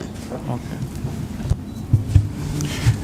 Good morning to the committee and Mr. Chairman. My name is Dale Joseph. I'm a police sergeant attached to the cybercrime unit of the Trinidad and Tobago Police Service. Okay. Is that it? Oh, yeah. Yeah, thank you very much for the introduction. Let me start the process by asking of the primary school and of the secondary school and the responses are open to all of the invited participants. First is in relation to the primary school, a primary school system in which you are involved in. What is the most pressing type of bullying, the most pervasive type of bullying, which occurs in the primary school system? And the second, with respect to the secondary school system with which you have experience, what is the most pressing or the most pervasive type of bullying that you have had to deal with in your experience? One can start off the process.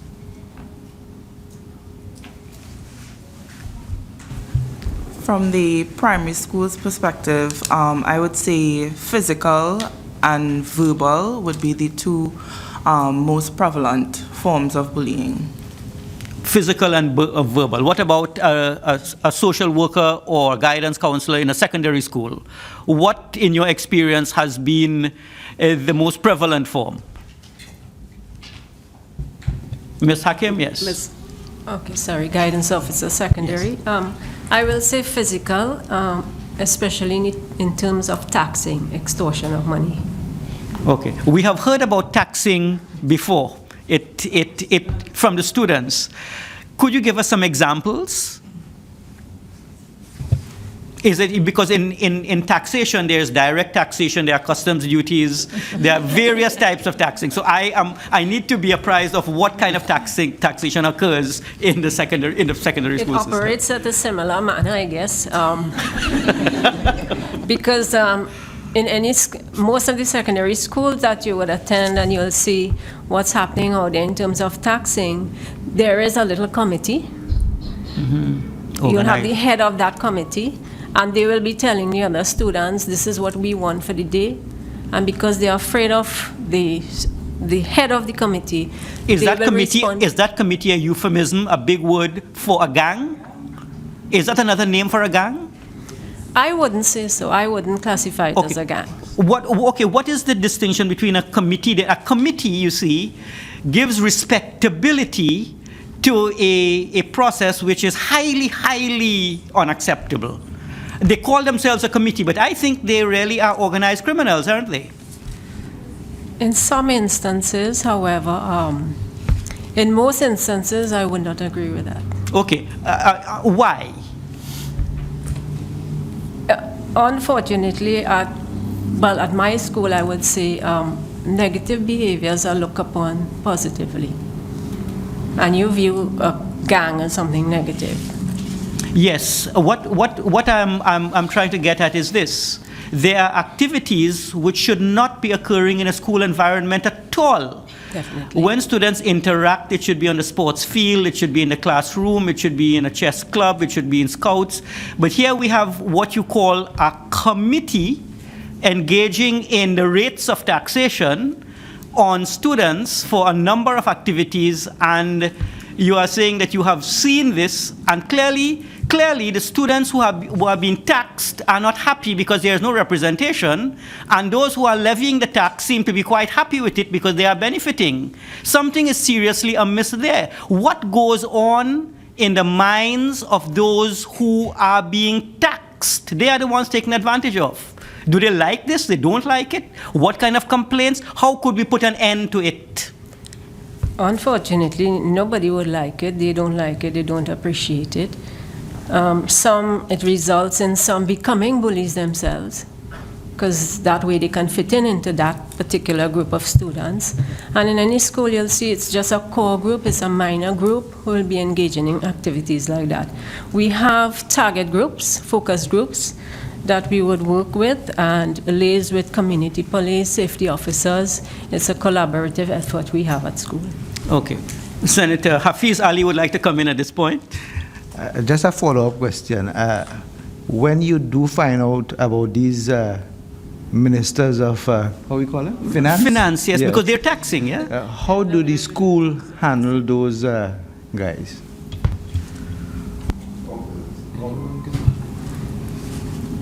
Immediate response will be suspension for 7 days. It's in the National Code of Conduct. Right. And suspended where? To go home? If it's not an extended suspension. Yeah. Right. And in your mind as a social worker, is that an effective punishment for someone who is engaging in an illegal activity?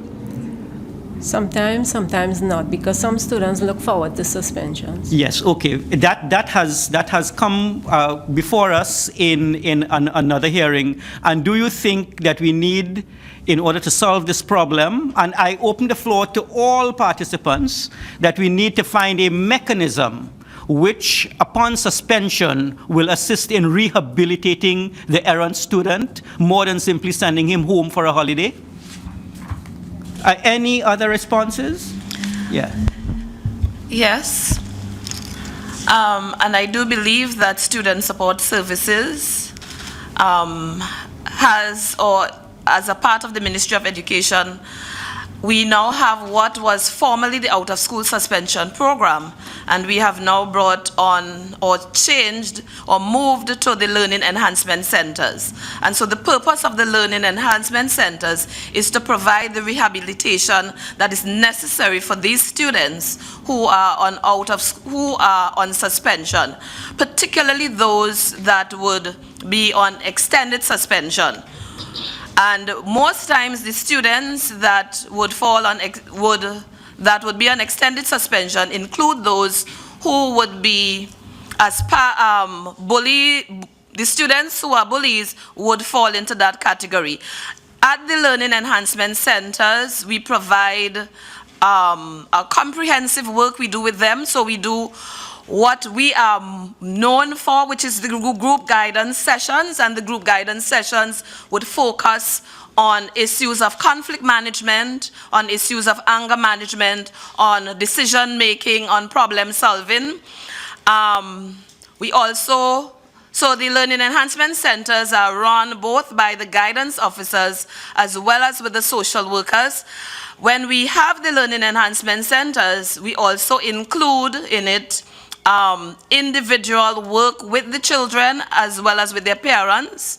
We allow for a collaborative effort in terms of looking to see what may be some of the other issues, because what you find is that the child that bullies, there are other things happening with them. Could you elaborate on that? And that is, what really goes into the mind of the bully? I'd like to get, because I was told by Ms. Hakim that it's a minority, but they create much damage. Yes. What I'd like to know is, what is his or her psychological makeup that makes him want to exploit those who are perceived to be weaker? Because once we understand that, maybe we can find a solution for rehabilitation. Yes. So, what we find, like Ms. Hakim says, it's in the minority, but you find that these students are students who, with the bringing on of the universal education for all, you find that a lot of them, the curriculum does not meet their needs, and so they are not able to cope, and they are frustrated. Frustration. They have low self-esteem because they're not very good in physics. They have low self-esteem. They find it difficult in math and so on. So Yes. that therefore what arose before is that maybe a different type of school program for them, or a sporting program, or some other area for them to star might be the better rehabilitation technique. Yes. Could I ask our psychologist, is Dr. Gooding, to come in here? Yes. Thank you. Mr. Chairman, I am looking at the broader picture in terms of what is our hope for education. If we consider what our goals are, then we would recognize that really school is a microcosm of the society. In terms of looking at whatever is happening out there, we would expect it to happen in the school. Now, if we understand that and we think of education as contributing the main vehicle to ensure that our children are ready for citizenship in the way that we perceive it to be, then we will need to put things in place that would assist all to reach that goal. Okay, that's long term. I need to interject. But I want to get short-term solutions, yes, well, because I am concerned about the victims. You see, that is part of the problem. We want the short-term And I'll tell you why. Yeah, just hold a minute. I'll tell you why I want the short-term, I want the medium-term, and I want the long-term. Okay. The short-term are things we can do now. Yeah. To ensure, because the victim is experiencing the pain, the humiliation now. And if there are any things that we can do now that we should be doing differently, that will be of interest to the committee. We have heard the submissions with respect to education change, but in the meantime, we are going to have to deal with a lot of trauma, which hopefully we should be able to minimize. Okay, now the thing is, the person who is the bully himself or herself, that person needs help as well. Yes. So we have to look at both of them as victims, in a sense that there are certain needs that are not being met. And we have focused on the bully, that education curriculum reform and other activities which may allow him or her to obtain the kind of self-esteem he needs to get rank and respect amongst his peers. But we are also looking, we haven't done very much in this committee for victims, you know. The victims of bullying is something we need to be considering as well, and I'm hoping the psychologists will let me know at the level of the Parliament what, if anything, we could do differently to ensure that the victims are able to cope with this a little bit better. Because in my own research, the victims of bullying can commit suicide. So it's a serious problem. It's not a minor problem that they will get over with. Okay. And so we do need to ensure that we can craft solutions in the short term to prevent this problem from getting to the point where we experience a loss of life. So solutions for victims, short term, could you focus on that? One of the things we could think of is that attention in terms of what services are available for a person who is suffering as a result of bullying. What services are available? And when we think of the guidance counselor being in the school or so on, we think about, is it at the level when you need psychological input in terms of a practicing psychologist? What are the services in terms of somebody who maybe the nurse, medical help, whatever it is that person will need, there's a need for services to be able to attend to the person. Very well. We cannot say we will focus on those services, so that very clearly you said there is a need for services to assist the victims to cope. We will want to identify what some of these services might be. Dr. Williams, would you want to contribute here? Yes. And then I will ask Ms. Margaret Chatur to come in at this point, since we are dealing with the psychological makeup of the bully and the coping ability or inability of the victim. Right, and so one thing I want to preface before I make my statement is that it's rather important to anchor the short-term things that we're focusing on in a long-term strategic plan. Very well. All right, I want to make sure I impress upon, because the research indicates that the short-term stuff doesn't work because it's not sustainable. Second, the educational system in Trinidad is quite burdened right now, and it's under-resourced in many areas. And so while the learning enhancement centers may exist, there aren't enough of them, right? And I'm hoping that there is some systematic evaluation that's happening with regards to the centers in terms of when the students go to those centers, what are the rates of violent recidivism example that's happening after the return to the schools.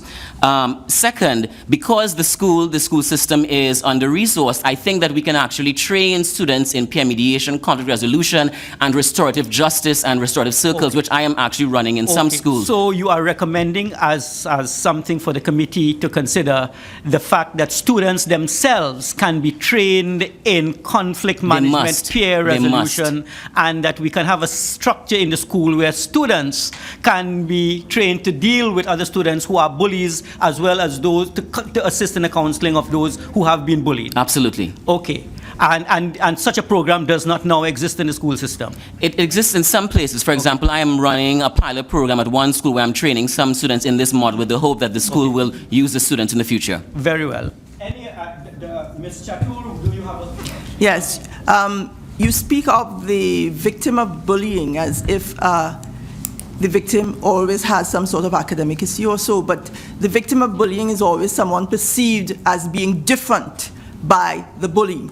And that difference has a lot of connotations. For example, I think the focus of all of these discussions is that those children who are violent, who are engaged in acts of violence, there are some sort of academic issues.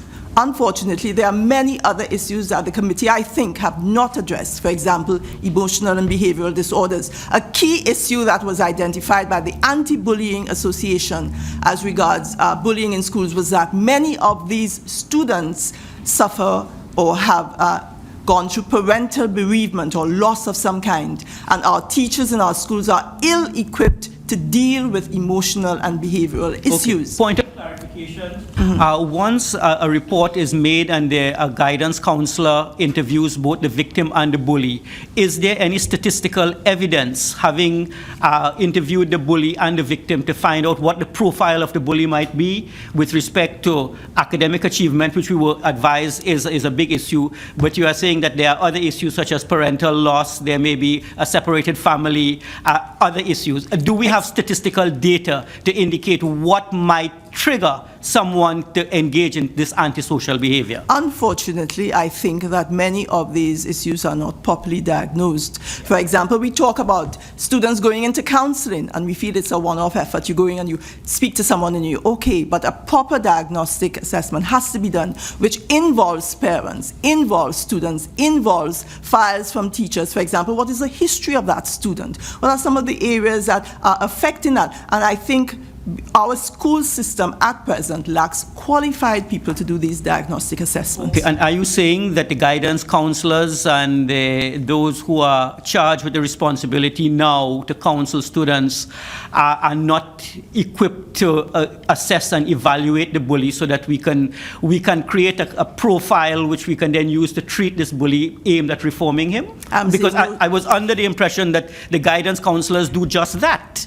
They will take a report, they will counsel the victim, allow him or her to cope, and then with the bully, with the perpetrator, they will try to find out his psychological profile and try to find what are some of the things which could be done to ensure that he sees the errors of his ways and he is reformed. So that this is where I thought the data should be coming from the school guidance counselors. You are saying definitively before the committee that that is not done. What I'm saying, and I'm talking about the long term here. We talk about the guidance counselors. I know in the schools are doing an excellent job, excellent job.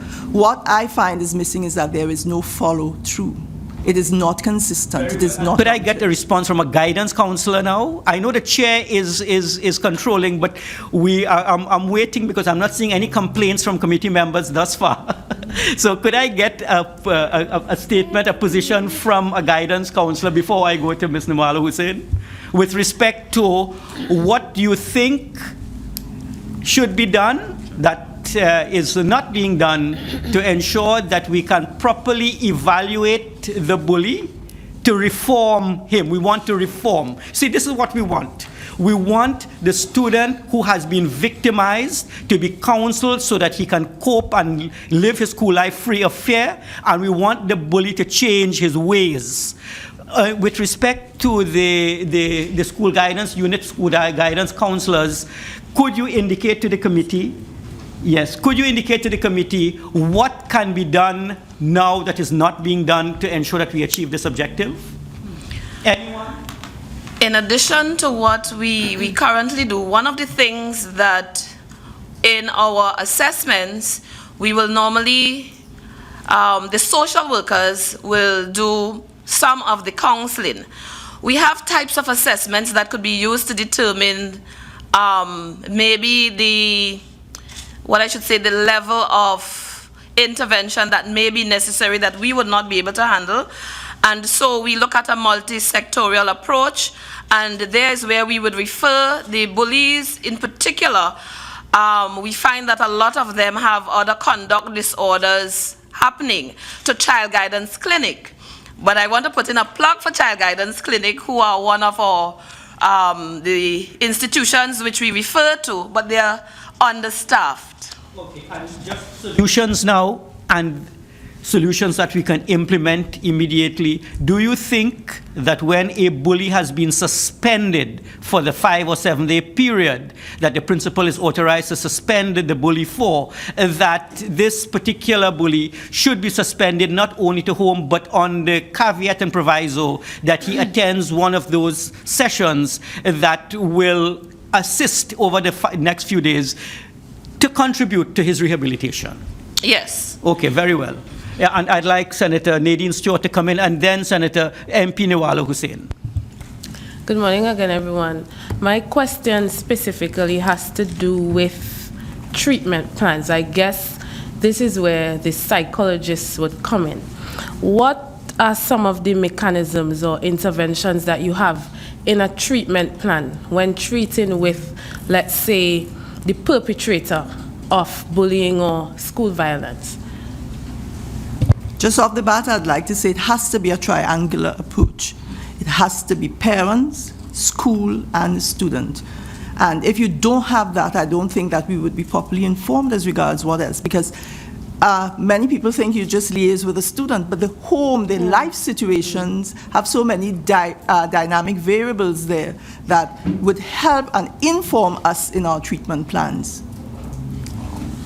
I would definitely say that it has to involve different persons. The context in which the bullying occurs is very important to consider. There is a context. A child doesn't behave in a particular way isolated just on his or her own. And we have to consider his relationship with his environment, how his environment impacts on him. We have been talking a lot about the home, and the home is a significant factor, but the conditions of our schools as well, this condition in which he is being educated as well has to be taken into consideration. I remember even as a counselor in school, when a child misbehaves and is sent to me, I'm given a day or sometimes a few hours to make a difference in that child's life. And it has to happen immediately. Next thing by the afternoon, that child might be suspended. The thing is, are we willing to consider what is the context of his behavior? What is impacting on him? So the treatment has to consider all of that. So my first issue in terms of seeing a child with difficulties would be engaging with teacher, observing him in his class and in his environment, talking with the parent, talking with the child. We all have to be part of that whole process. Okay, but is that not what the school guidance counselor is supposed to do, to understand the context and to explain the context to the bully and the child, and to use his or her skills to do what the professional can do to allow both to cope, because we're dealing with coping in a difficult, stressful environment? Well, the thing is that when it comes to change cannot only be expected to happen with the child without the change in the environment. And that's where I was talking about the setting. What I'm focusing on is this. The school guidance counselor is duty charged professionally to ensure that there is peace and harmony in the school environment, and any child who experiences discomfort, the victim is provided with coping mechanisms determined by the school guidance counselor, and the perpetrator is gradually being analyzed, assessed, so that over time, with continuous interaction with the guidance counselor, there can be behavioral change. Is that not happening? But it will not only, I must say, it will not only be stuck with the child and the perpetrator. Right. It's not only just about two of them. Understood. That is understood. But I'd imagine, and I am not in the school system at all, so that's why I'm asking the question, that the guidance counselor will know he must speak to the parent, he must speak to the teacher. Maybe the teacher has a problem with the child. He must speak with the principal. I'd imagine the guide is left up to the guidance counselor to determine how he or she will best treat with the child.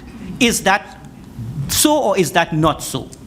I would say that is so. Mr. Chairman, I think it's absolutely so. Right. The process is we get a referral, we principal sign it, and it moves through the system where parents are immediately called in. In fact, before a child is dealt with, there has to be an intake done with a parent. The challenge we're having, I can speak for at the primary school level, there are some things that are inherent in the system. For instance, we have children in our primary schools that are 15 years old. That's the cutoff age. and they sit next to an 11-year-old child. And usually, because they're 13, 14, 15, it means that they would have been kept back on several occasions. They are struggling academically. Low self-esteem in your language, and right? they're frustrated. Yeah. And they're sitting usually next to an 11-year-old or so, let's say in standard 5, who's outperforming them. It's a culture, it's an environment for bullying. It's an environment for for boys who are struggling or girls to act out their frustration. Vital point, and therefore, let us craft a solution. You have been in the system, I am not. But do you think that these older children who feel in some way diminished by being in the presence of the superior academic child can in fact be given programs which will make use of their skills and to give them an opportunity to become someone of respect by achieving? So that a change in the curriculum in the primary school can contribute in some way targeted at these children. Absolutely, and that's what we are advocating, because we do have a system where the victim is counseled. We do have systems where the perpetrator, he is also counseled. But then we put them back in the system. Yeah. What I've been hearing is that we, on the one hand, work with them and we achieve different levels of success, but we send them back into the homes, we send them back into the community, and 90% of what is done is undone. And they come back to us. You have that same system repeating itself over and over. We have taxing at the level of the primary school, but again, it's done by the older child who's struggling and has all of the problems that we are talking about. And usually, we put them to standard 5 because they have to get out by 15, and they go into the secondary system, and of course, they're still way older. Because remember, they're dealing with a different set of challenges. They're going through puberty, their challenges about body image and girls and so on. And you have these younger counterparts who are very playful, who are very active, who outperforming them. Right. We have actually two completely different streams of children and activities happening in our primary school, and trying to marry them, and they're not working. Do you think that activities such as cricket, football, netball, the other type of arts and craft, sporting activities, that a primary school football league or something, which will give these children an opportunity to really shine outside the classroom, is something that we should consider proactively to allow them an opportunity so that they don't need to obtain respect by taxing, but they can obtain respect by scoring a number of goals on the football field? It will absolutely work, sir, and that's happening. The challenge is it is insufficient, because you put me on the football field and I do well, but I have to come back to the classroom. Yes. So and my colleague was talking about the removal of the universal system. Many years ago in my era, there was a post-primary system where children who not fail out of the system, but children who are struggling, were streamed elsewhere, and they went into more vocational type activities. And we have children who have gone on to serve all, who have done extremely well. Okay, and proactively again, you will recommend that we reconsider that program. Absolutely. Where there are some children who may not be doing well academically, but who could be doing well in other areas. Absolutely. Be given an opportunity to so do within the primary school system. But because I understand in the secondary school system, correct me if I'm wrong, there are opportunities in industrial arts, opportunities in the areas such as the building trades, woodworking, the cookery and so on, which will allow students an opportunity to really shine in the non-academic area. Do you think that we need in the education system to afford a measure, a greater respect now to these fields, so that students who are there will not feel that they are in some way diminished by being in the woodworking area? We need in the society now to afford the kinds of respect to these fields that will eliminate some of the problems you are seeing? Yes, sir. Yes, sir. We know now that there are multiple intelligences. A lot of the children that we label as underperforming may simply be differently abled. Yeah. Their intelligence may lie in another area. Yeah. but we simply have the traditional choke and talk, even where we're trying to introduce technology. Yeah. Our school is so configured that in one of my schools, we have our lessons are designed for multimedia. But I can't. I have to redesign the lesson to tell a story because there's nowhere to use a projector in the classrooms. Classrooms are still being divided by little blackboards where teachers are shouting over each other. The child who is auditory or visual does extremely well, but the kinesthetic child is lost. Okay. And it's not necessarily that in every case that he's bullying, but he's acting out. Yeah. So that's a challenge. Thank you.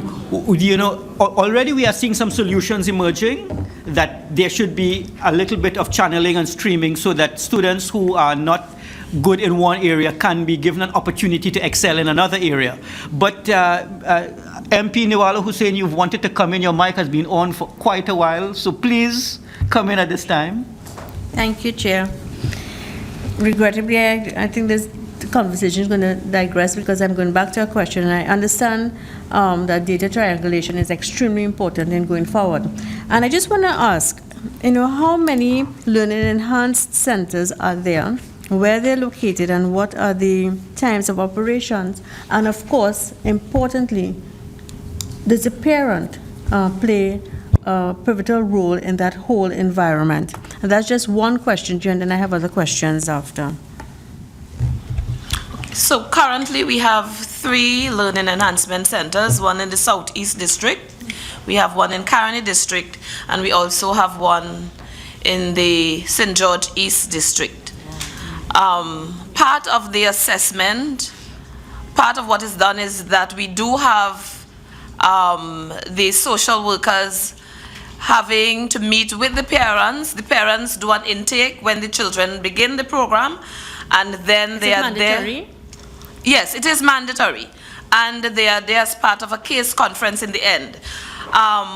What I wanted to include initially was that part of the evaluation for those children would be to do an assessment to find out how the student is performing, and also looking at the multiple intelligences, looking at how they're functioning in school, to see if we are going to channel them back into school, or if we are going to channel them to another program that may be able to, that they would benefit from, and that will capitalize on their strengths and abilities. So what you find is at the end, when the supervisor and the parents and the social worker or guidance personnel, as well as the child meets and the principal for the school, we are able to channel now the children into maybe back into the school, but sometimes it's at Serval, it's at MIC, it's into other programs that meet the needs of that child. So therefore you're speaking of a secondary school? Yes, secondary school. And MIT. Yes, yes. How long has this center been in existence? Well, and how many persons have accessed the program, and how many have been successful? Okay, hi. So in the Southeastern District is where the LEC was piloted. Initially, in terms of just going back in terms of what my colleague was saying, to just give you a mindset in terms of how the LEC is run. We at Student Support Services take a multidisciplinary approach. So when the child comes to the LEC center, first and foremost, the parent is mandated to come. In addition, there is a special education teacher. What if a parent does not come? What happens? And that is the issue, because what it is we have found is that one, LEC is not mandated, it's not written in the law, and therefore even at the different schools that I am at, and when the student is suspended and we advocate. When did the pilot program start? When it started was 2015, I want to believe. Okay, and how many students have been enrolled with parental intervention? With parental intervention. Okay, so in terms of Southeastern District, I don't have the statistics for all the districts right now, but in terms of Southeastern District, there are 56 students that have passed through the LEC program. And what is your success rate? Passing through doesn't mean you're successful. Yes, I agree. So what it is we have noticed is that when they return to the school, our success benchmark lies on whether or not the student repeats the offense. So if it is we see, and what we have noticed is that we have only 3 repeat offenders that had come back into the LEC program, where we now will look in terms of it doing further intervention, whether or not it's that we have to look for alternative placement based when the special education teacher did her assessment, whether or not the child needs alternative education. Could I ask General Ansel Antoine to come in at this time? A pleasant good day. I just want to follow up on the conversation. What we have been hearing from the MPTA, the principal, the denominational leaders about the lack of parenting says that there is lack of cooperation by parents when their children are involved in deviant behavior, whether it's bullying, as the case may be. What happens when a parent fails to respond? So the child is he still sent to the Learning Enhancement Center without parental support? What happens when the parent refuses to respond to the measures being used by the guidance counselors, etc., to deal with a deviant student? What happens?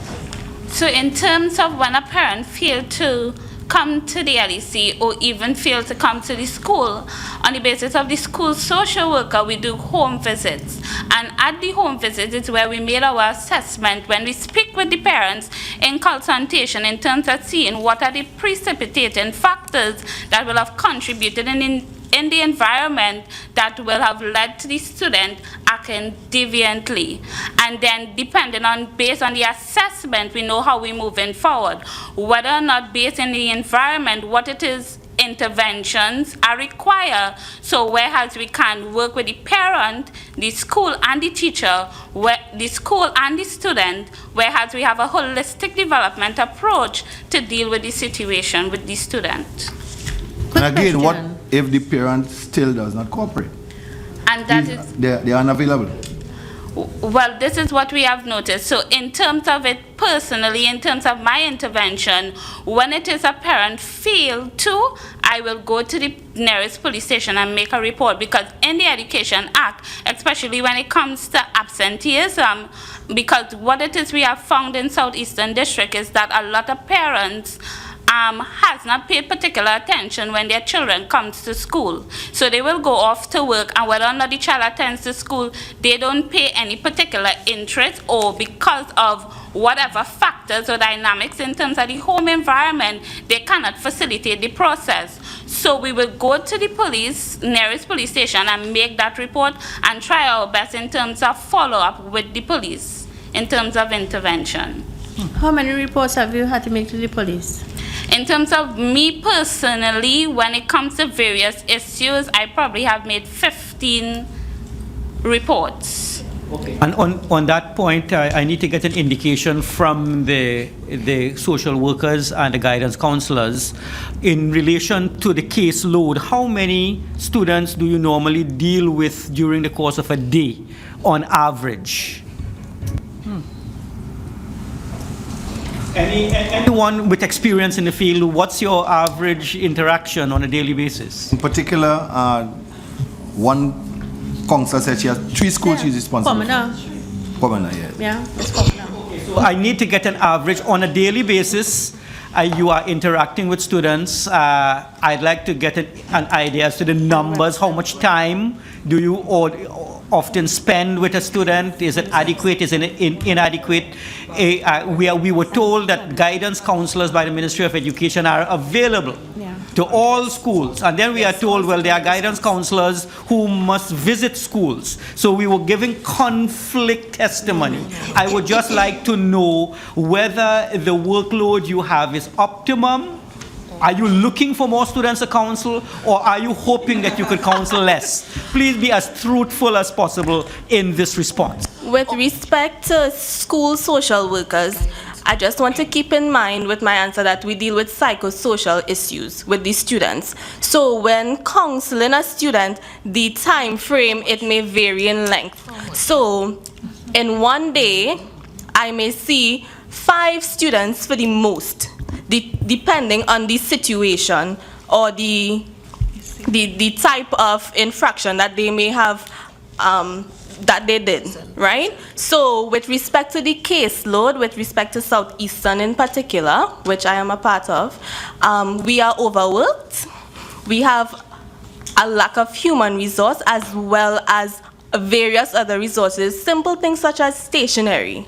So in summary, we are overworked. We are unable to meet the specific needs of the child. We are unable to sit and develop custom design then an intervention that would suit each child specifically because of the amount of cases, time, as well as human resources.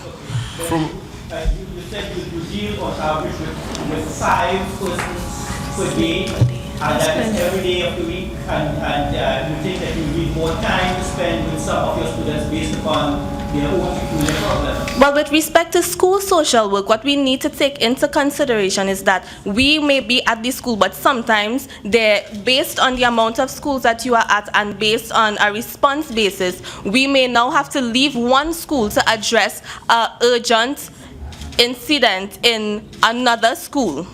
So right there, we see a little challenge with respect to fulfilling your duties within your school, because you may not be there from 8 to 4 every single day. I hope you can hear me, but is it that you then rotate among schools? Yes, we do. How many schools do you rotate among on a weekly basis? Me in particular, 5. Also, you spend one day basically at a school, and then another day at another school. So during the course of a 5-day period, you are visiting 5 schools? Yes, but that's just with respect to me. In other districts, now what you need to understand is that not all schools have social workers because of the lack of human resource. Okay, just to clarify, could you tell me what the social worker does that is different from what the guidance counselor does? Okay, sure. So with school social work, we have selective interventions and we have targeted interventions. Speaking on these two, we are proactive and we react. So with the proactive part, we will have group sessions where we will discuss a range of topics, from anger management to human sexuality and appropriate behavior. With the targeted interventions, that is where the referrals come in, and we would now sit with individual students where we would counsel these students. In addition to that, we also invite parents. We have parental consultations. We have parenting in education programs that each social worker does in each of their schools. This is where we invite parents to come to several meetings. Now, this is just by invitation only. They are not mandated to come, right? Okay, and the difference between what you do and what a guidance counselor does, could you indicate? The difference is they treat with they have universal interventions, and we have targeted and selective interventions. Okay, very well, thank you. Senator Stewart? Senator Stewart?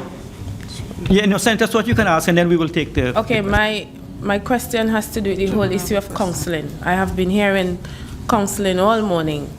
What I'm trying to understand, I mean, I have my own experience being a counselor myself, but what I'm trying to understand, what does counseling entail? In terms of the start to finish, what does it entail? Is it ongoing sessions or is it just one session? Is it a 45-minute session, a 30-minute session, a 10-minute session?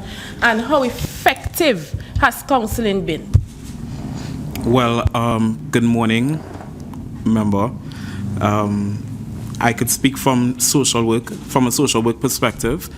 Like my colleague says, that we deal with the psychosocial issues. So one of our main roles and functions in the school is to really help students and families make the best use of the available resources, which would include the school social worker, whose main goal is really to enhance the emotional and to improve the well-being of the child in the school environment. But like she mentioned, we are restricted with human resource.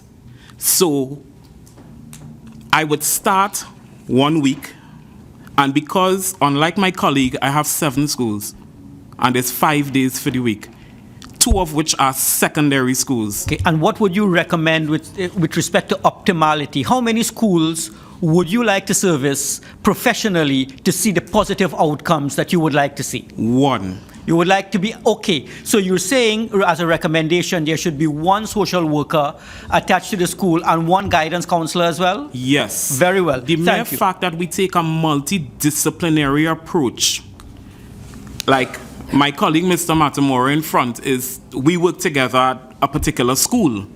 And because we work together at that school, we have seen a decrease in the amount of referrals and incidents that will take place. So we have seen where the multidisciplinary approach has worked. And what school is that, sir?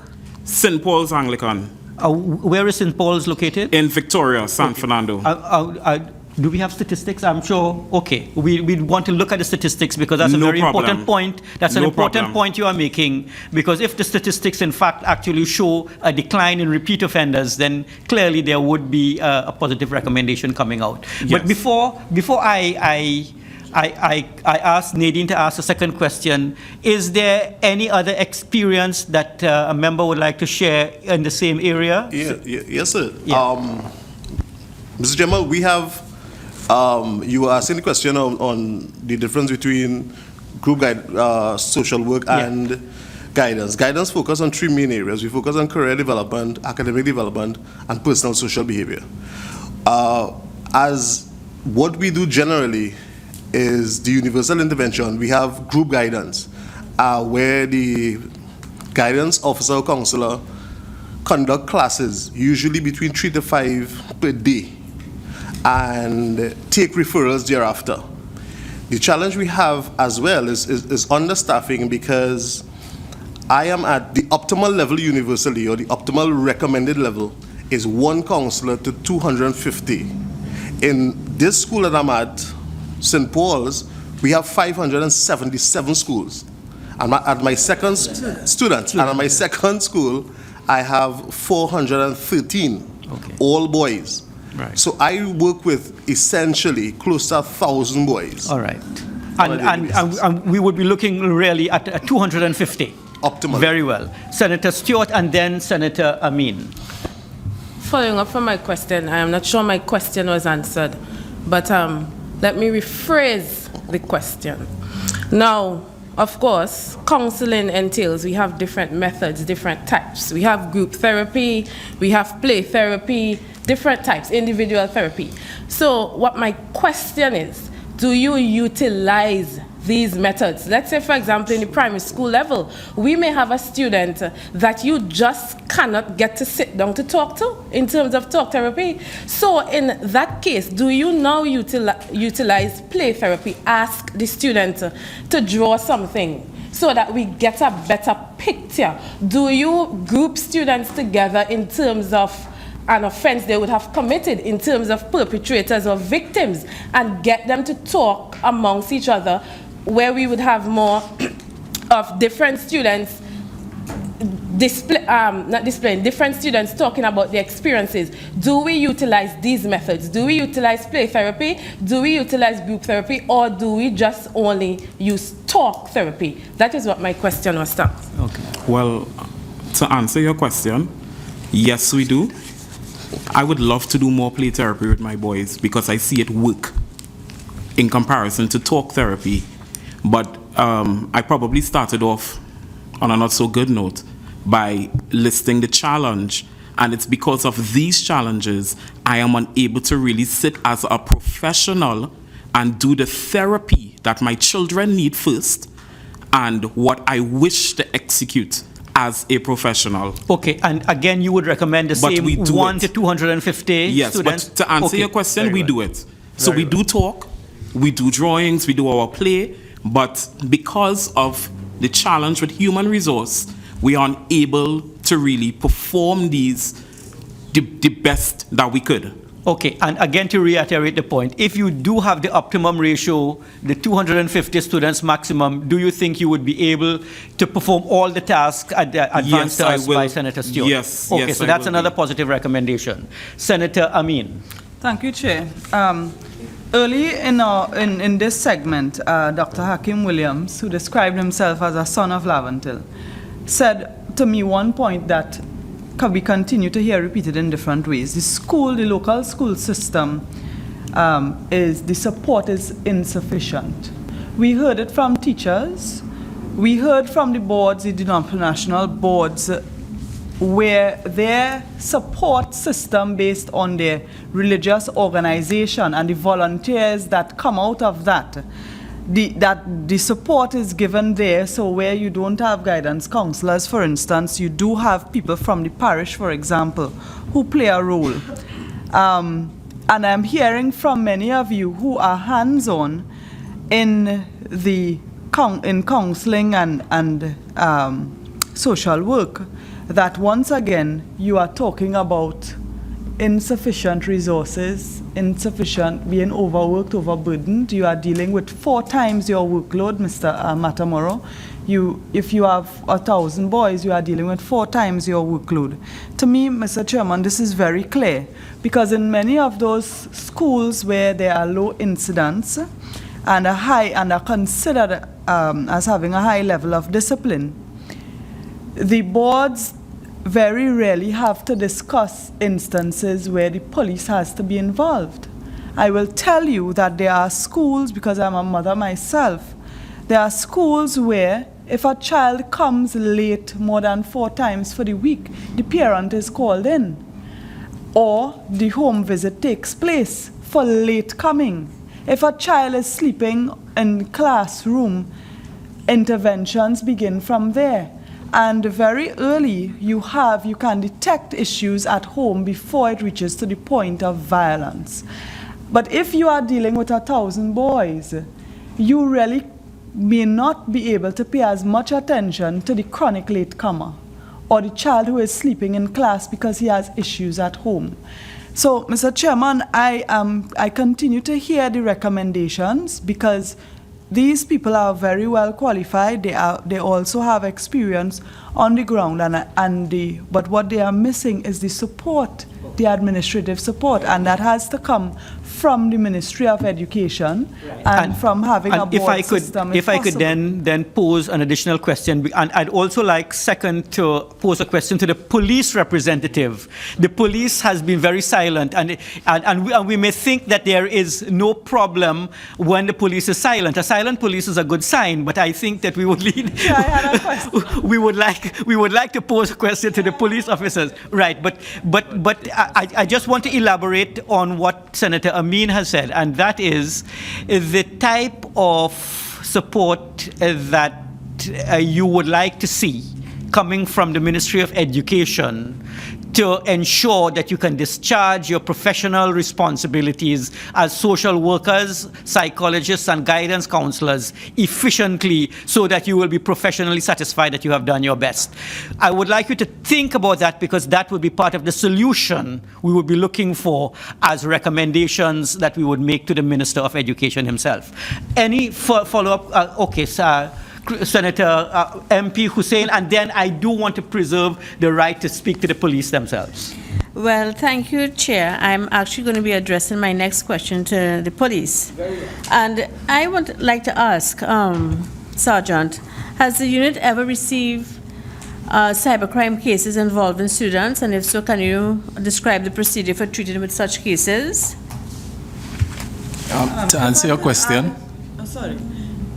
Go ahead. Sorry, go ahead. To answer your question, yes, we have received a number of cases. We would have submitted to the committee some statistics on the last JSC that I was present in. In the year 2014, we would have received 14 cases, straight up to 2015, where we would have received 25 cases of online bullying involving students. All right, so the police and the cybercrime unit have been playing a part in trying to deal with the situation. But we are engaged in some challenges, one being that the technology is ahead of the legislation, and two, the majority of the time the law enforcement gets evidence to proceed with the matter.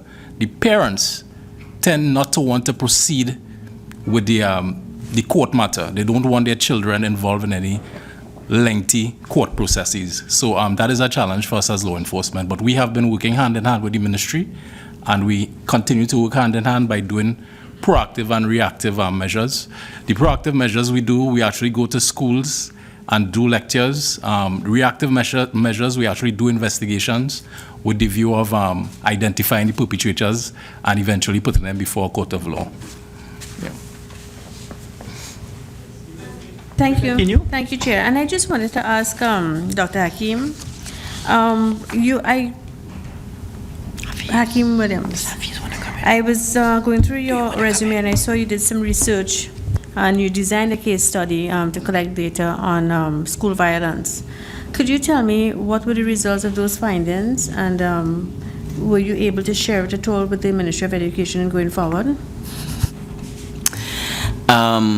I have tried to reach the ministry in sharing my results, but as I mentioned before, I think the ministry is very overburdened, and so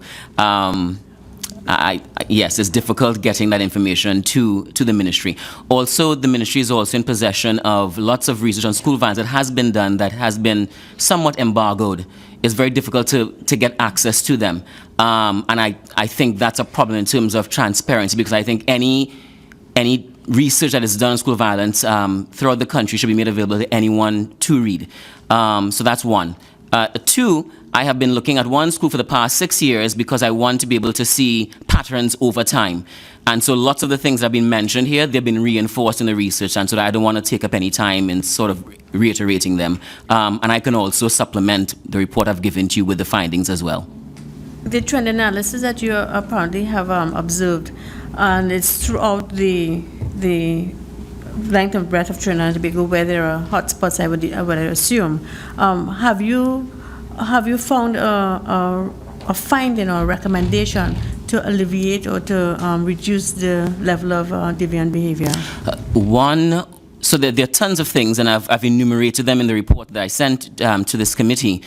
One major finding is that however we approach school violence, it has to be multi-sectoral and it has to be systematic and long-term, because the research really shows, internationally and my own research, that short-term interventions, they fail because you do not get buy-in. People are left out of the decision-making processes. For example, I'm not sure which government, but spent millions of dollars several years ago on the Violence Prevention Academy, and we hired some sort of criminologist from the United States. Lots of money and time was spent on that, but now schools could barely register what happened with that process because the way it was implemented, folks didn't own the process, and so it didn't take root within the schools. And so I would say if it's one major thing I must stress is that I know, Chairman, you are stressing what can we do now, but it has shown in international research that when we reach for things in the short term, it is not really getting at the root issues. And so there are short-term things you can do, but they have to be anchored within a wider strategic plan. We will be working on the plan, but one very important short-term thing we can do that will generate some results is, as indicated, 250 students for one guidance counselor and one social worker in a school. So we are getting some things we can do now for immediate changes. We understand very well. That is short-term, yes, but you have to make sure they also have the resources. Right. And a guidance officer and social worker has to be working within an environment, a culture of learning and caring within schools. It's not just reducing the numbers. Okay. Have you ever heard the term natura non facit soltum? No, tell me, what does that mean? Nature does not make any sudden leaps. Alfred Marshall. You have to move incrementally, because if you're going to get things done, you have to start the journey on getting it done. You can't say, I can't cut the woods because the forest is too big. You have to look at the low-hanging fruit, pick those, get into the habit of doing the things. You see, what we are doing in the Parliament is getting a culture of change out in the society. Well, what you are saying is not mutually exclusive from what I'm saying. Yes. You can do incremental things, but they must be anchored within a wider...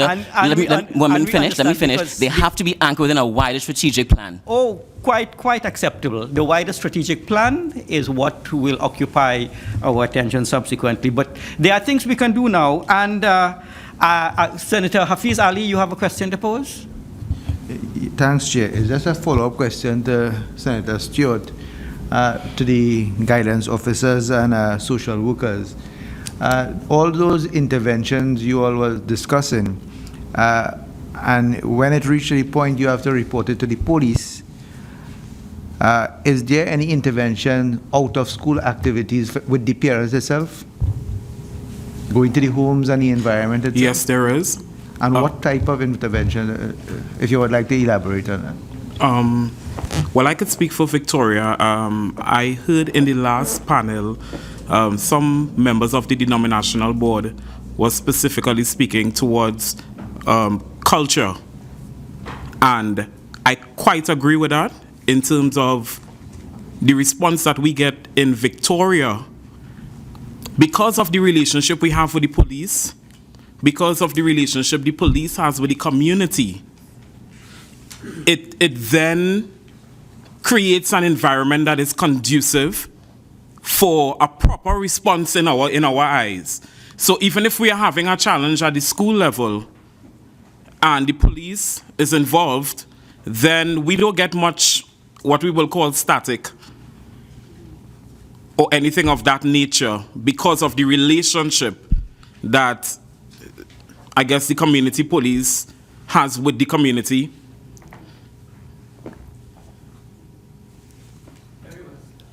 Very much. Can I also say, Chair, at Caroni, what we have done is, one of the out-of-school program, what we have done is have a group called Fathers Program, and we have named it From Foundation to Finish. Too many times when we ask to see a parents, we would see the mothers coming to school. So we at Caroni decided, you know what, let's have a chat with the parents, male. And we are on our second phase. The first phase, we had different groups coming in and sharing different things with parents, how we can empower them. The second phase, well, of course, still sometimes we get parents, a little less interested. The third phase is where we plan to have now fathers with their children coming together. Not everything is formal, but in a sort of a play and to socialize. So this is the third part we are planning, where fathers, not just mothers, fathers could socialize with their female and their male sons. Turn here. When the father is absent, as you would find in many instances, yes, will you ask for an uncle, a grandfather, a big brother, or a relative to stand in to be the surrogate male? Yes, so we certainly do. He's followed by Brigadier Antoine.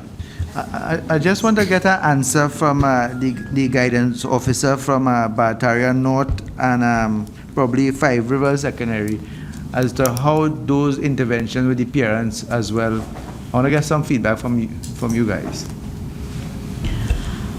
Okay. In terms of Barataria North Secondary School, we try to engage parents at different levels. One of the things we do that we really get a lot of parents at my school, we have a form level parent meeting on a yearly basis. So at Form 1, we know it's January, we bring in their parents, and by February we'll have the Form 2s. We have a lot of parents coming into that. When we have issues with parents not coming in, and it's a collaborative effort, so it's not just the guidance officer, but it's the guidance officer, it's the principal, the deans, the form teachers, some of the subject teachers are involved in the process, where we know our parents, we know what some of their situations may be, and because they know that we want to see them and that they want to be a part of the process, what you find happening is that they would make alternative arrangements to meet individually. So you have situations where they will say that they have to work and they cannot make it, but they will arrange an alternative time to meet. When that doesn't occur, we have the social worker that would also do the home visits to the home to meet with those parents. Very well. Brigadier Antoine, followed by MP Niwalo Hussein, and then Senator Nadine, last question. Senator Amin, do you have a last question? Okay, I'm just going through the list. Very well. Okay, so MP MP Antoine. Yeah, I would like to introduce two measures that we have not discussed today, but it came up in the course of previous discussions. And seeing that I have the psychologists, the guidance counselors here, I'd like to get a feedback. It is the concept of boot camps for deviant, chronic deviant students with criminal behavior, some of them. And there is a program in the military called resettlement. Because military officers retire early, they go through a program paid for by government where they are resettled into another career. They have never taken up the education system as one. They tend to go into security, sports, OSHA, small businesses. Some personnel have determined that there is a lack of male figures in the school system. And maybe if the Ministry of Education and the Ministry of National Security can get together for a program, they can attract former military personnel who are academically inclined to come into the school system. So I just want to throw it out to you the possibility of those two interventions. One, the introduction of boot camps for criminal deviant behavior, and also the introduction of resettling military personnel into the education system. Can I answer that? Yes. When you hear the word boot camp, I think it's always synonymous with some sort of punitive discipline for children and all of that. When these bullies, because Mr. Chair has asked for solutions, when children become bullies or even victims, there's always a problem there because they lack social skills and they can't interface with people. So when you mention boot camps, you're removing children who themselves don't even can't interact with people into an environment that is not real, I think. So that when you put them back into the society, they're dysfunctional because they have not been exposed to real life situation. And I hear you, Senator Antoine, when you said that it's a way for your military personnel, possibly when they have resigned or retired and so, to help them get back into whatever it is.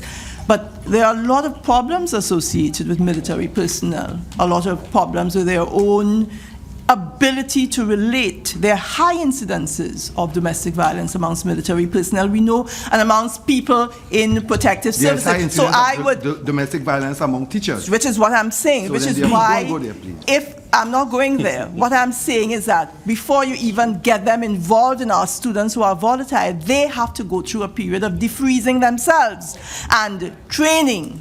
Intervene here. And to build up on what was done in the Caroni district, there was the program where fathers are involved, and I raised the issue of whether you can involve big brothers, uncles, cousins. Do you think that some of these military officers who are now going to be fitting into civilian life can perform a critical role here to act as a role model for some of these children? I would like to make a contribution here, please. I am just hearing, and I heard recently where the children, young people were asked to comment on this issue, and they were regurgitating lots of things that they hear from the adults. We are continuing to look at this at the reactive end, where we're seeing violence in schools and we want to take whatever measures we use in the wider community. Yeah. The thing is, this is education. This is education. We have these children since they were 3 years old, some of them, when they were 5. What developmentally are we expecting of them? We have to go back, and I know you said short term, but you see, this is the whole problem. Short term, we have had a hodgepodge of interventions over the years. Violence is not new. Okay. Violence is not new. Interventions such as what? Interventions of a lot of money spent on programs coming from abroad. We have had interventions where we try alternate education one for a few years, then we try a next thing. We have had out-of-school suspension in Ministry of Education. We stopped that. And what would you recommend as an alternative, since all those have failed? No, I don't think they have failed. We have not targeted them to specific, in terms of strategic planning, we have not said what are the needs. Like I've heard this morning, the board had a lot of things to share that was helpful. Over the weeks, we have had a lot of things to share.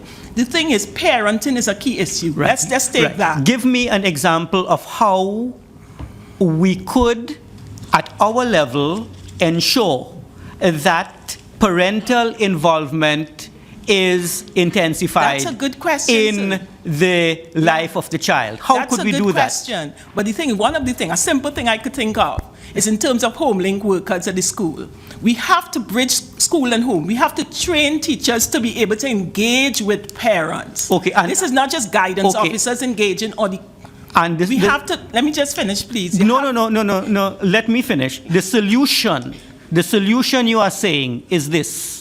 It's based on our developmental process being used in education and not a reaction. And let us find something which could be done, not something we can talk about in circles. What can we do with respect to more effective parental involvement and teachers? Speak the language of the parent. Understand. Go to the. Be part of the community. You see how the board school, some of the things that work is that they are part of a community. And as a solution, are you then recommending that in the school level, at the level of the school, that the teacher should now be given a program where he or she is better able to communicate with the parents? Let us begin a process of talking to our school, having consultations at the level of the school, where parents know, not the consultations where we hear people just invite us to talk and then they know they're not listening. We have to start to listen. Parents have something to say. Teachers will have something to say. Teachers say all the time that over the years they are not invited to share their views, and they are the people on the ground. Could you give me an example of how this process might work? The process will work when we decide we're not going for a quick fix here.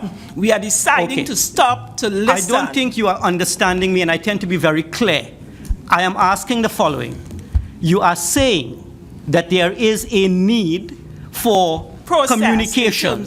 I would like to know how, so that if I am speaking to a Minister of Education, I need to tell him that this is how I think there has to be a better dialogue between teachers, parents, and principals in a school, so that we can then communicate with our students. How is it, what will you recommend now that does not currently exist? A needs assessment for each school. Well, Mr. Chair, I just want to interject. We have been doing needs assessment at our schools, and that is how the parenting and education workshops came about. Because we saw a need for parents to be educated as to how to really parent a child. Coming out of that, we have been dealing with topics like alternatives to corporal punishment, alternatives to discipline, homework, punctuality. We have been collaborating with the community police in terms of absenteeism and the law. We have been dealing with topics such as what is an appropriate response. We have even been talking about this topic of bullying. So we have been dealing with it at the school level. Explain concretely, given what our former contributor has said, that there is a need for greater communication. We understand that. But how is it going to be implemented so that we can see results now and in the future? How should the process work? We have heard about the involvement of PTAs. We have heard about the we are now told we have to take a multidisciplinary approach, and an interagency approach. We are taking that approach. I just would like to know how it is to be done. We need to do things in the school. Is it that you are recommending concretely in the administration of a school that on a monthly basis, teachers speak with parents, the principal speaks with the parent body as well, the students and the teachers come together for regular class meetings? I need to know what could be done to ensure that we can communicate more effectively. I can speak personally at some of my schools where I have seen my principals open that channel of communication between them and the parent. I have a very functioning parent-teachers council at one of my schools who have opened that line of communication for parents and has really bridged the gap between the parents and the school. Because there's a lot of miscommunication. But what we would do also as just student hold for a support- moment. What I need, as I said, to get the thing concretized. And are you recommending that on a monthly basis? Because you see, schools operate according to periods, And lunchtime culture. breaks, evening, weekends. Are you recommending that on a monthly basis, a term basis, that the parents and the principals interact, the parents and the teachers interact in a particular class, the parents and the children and the teachers and the principal for each class should have a day in which we come to dialogue? As it relates to as it speaks to parent and teacher, I suggest on a daily basis. Okay, that won't be practical because parents have work to do. Let us look at what we also have the social media.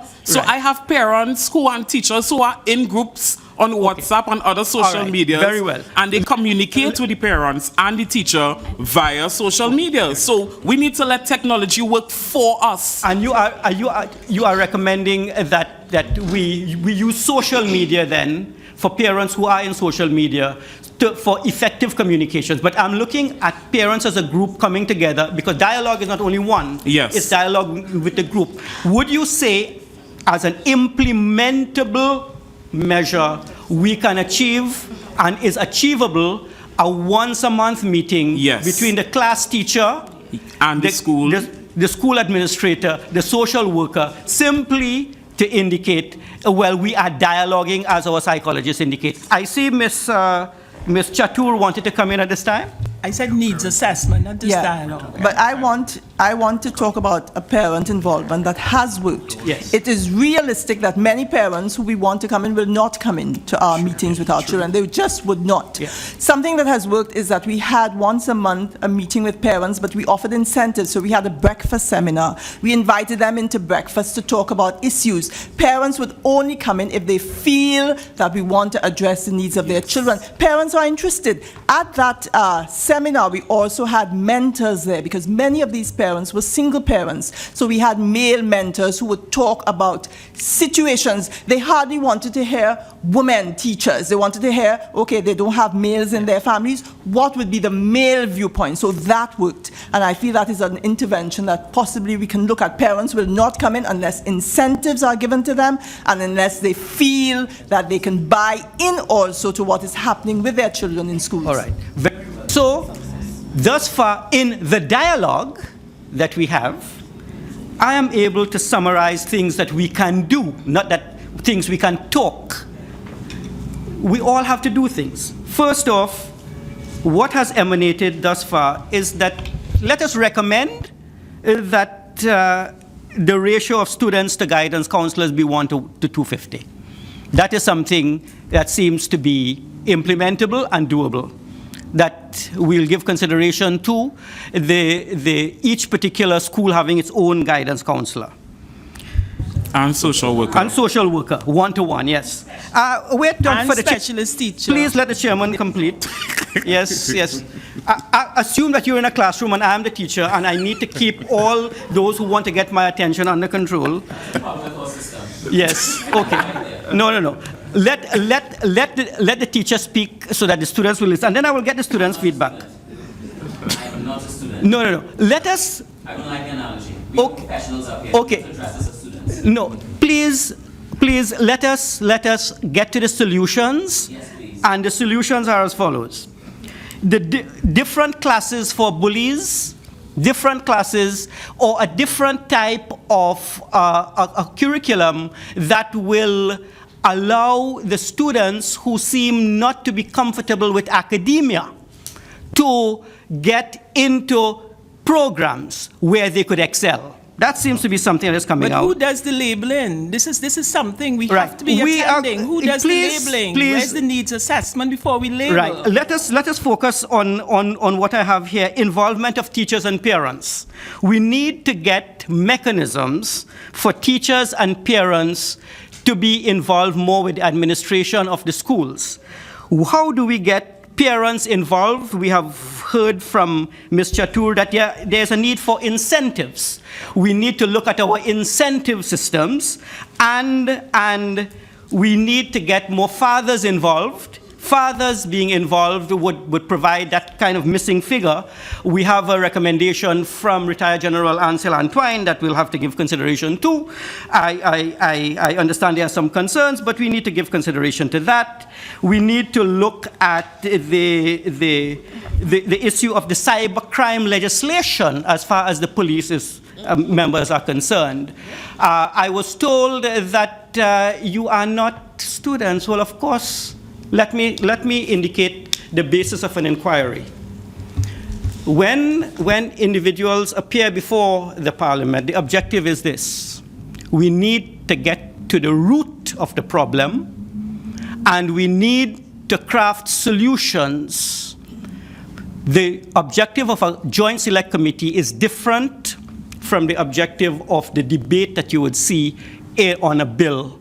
The joint select committee is charged to analyze the root cause of the problem, and the chairman of the committee is charged with the responsibility of conducting the committee meeting so that he will elicit from the participants the truth, and we will then distill the reports so that we will be able to make our recommendations to the Parliament. Yeah, I would want, in the few minutes that we have left, to do the following. We have had a number of contributions so far. We have had a number of implementable solutions. We have seen the need for a needs assessment. We need to concretize what it means. But what I would like to do is invite all committee members who would like to make closing remarks to the committee aimed at addressing the problem briefly, to indicate what do you think the committee should leave this afternoon's meeting with, so that we can make the best decisions possible for all the children of Trinidad and Tobago. Senator Stewart, you have one last question? Okay, one last question. Mr. Chair, I think this question is very, very critical. There are many instances of interacting with students, both perpetrators and victims of violence and bullying, where they would say to you, this is what I see at home. This is what happens at home. My siblings fight, mommy and daddy fight, my brother abuses me, takes advantage of me. What interventions do you make when you have situations like this?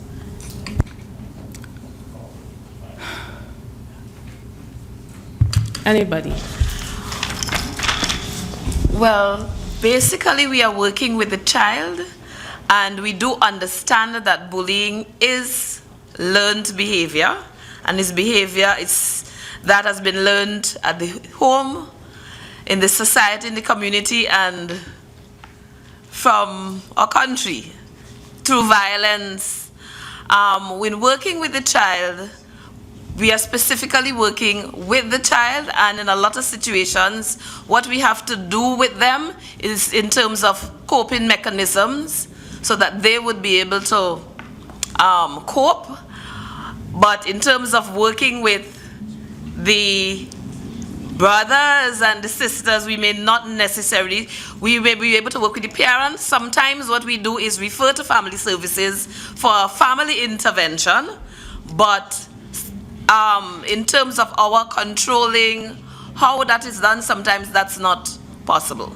Well, that's exactly what I was getting at, in terms of referrals. If you refer to family we refer to session, family services, so you would yes. have answered the question. Yes, but family services, I could put in a plug for them too. They are understaffed, heavily understaffed, yes. Dr. Chatur, if I may ask. Final question, because we are at 1 o'clock, Senator.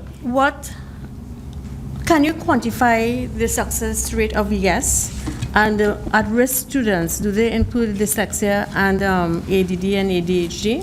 Well, the thing about that is, that's question. Sorry. Yes, we got into dyslexia because we recognized that many of our students who were coming in for aggressive behavior, violent behavior, had learning difficulties. And that is why I recommended a holistic diagnostic assessment of a student who comes in. Because many, and I said in one of the things, I said 83% in one institution in Trinidad of these persons in the institution, boys, median age being 15, 83% are functionally illiterate. So we know that, that there is that channel there, that persons, students who are not doing well, in many areas are not just academic, they are more prone to violence. So the question was, what is the success rate? When we use the triangular approach, as I said, especially with parents, and especially having those programs for parents with mentoring not only the boys usually, but also having that parenting skills program, I think the success rate is really, really high. Dr. Gooden, I recognize that that you had spent some time in Britain, and I don't think that we should reinvent the wheel, personally speaking. The success rate is out there already. Yeah. What is done differently in the British system that you would recommend for implementation in our system? And that will be my last question. Short response, please. We are pressed for time.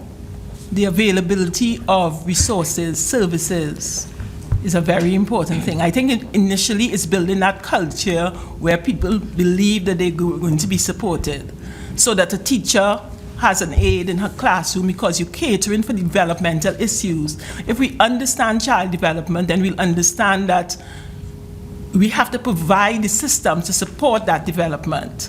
We are quick here to label and blame and see the child as a bad child or doing the wrong thing and so on. But normal child development means things happen.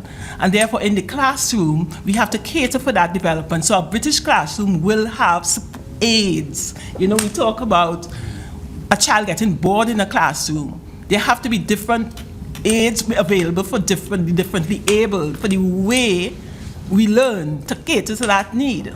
You know, we support the developmental goals of the community in terms of working within groups, so that the arrangement of the desks, if we look at the way our desks are arranged, is inherited from the colonial system, where everybody faced this teacher who is the fount of all knowledge, and the blackboard. And then we have the technological age, where we have children learning through their tablets and their iPads and all different things. Right.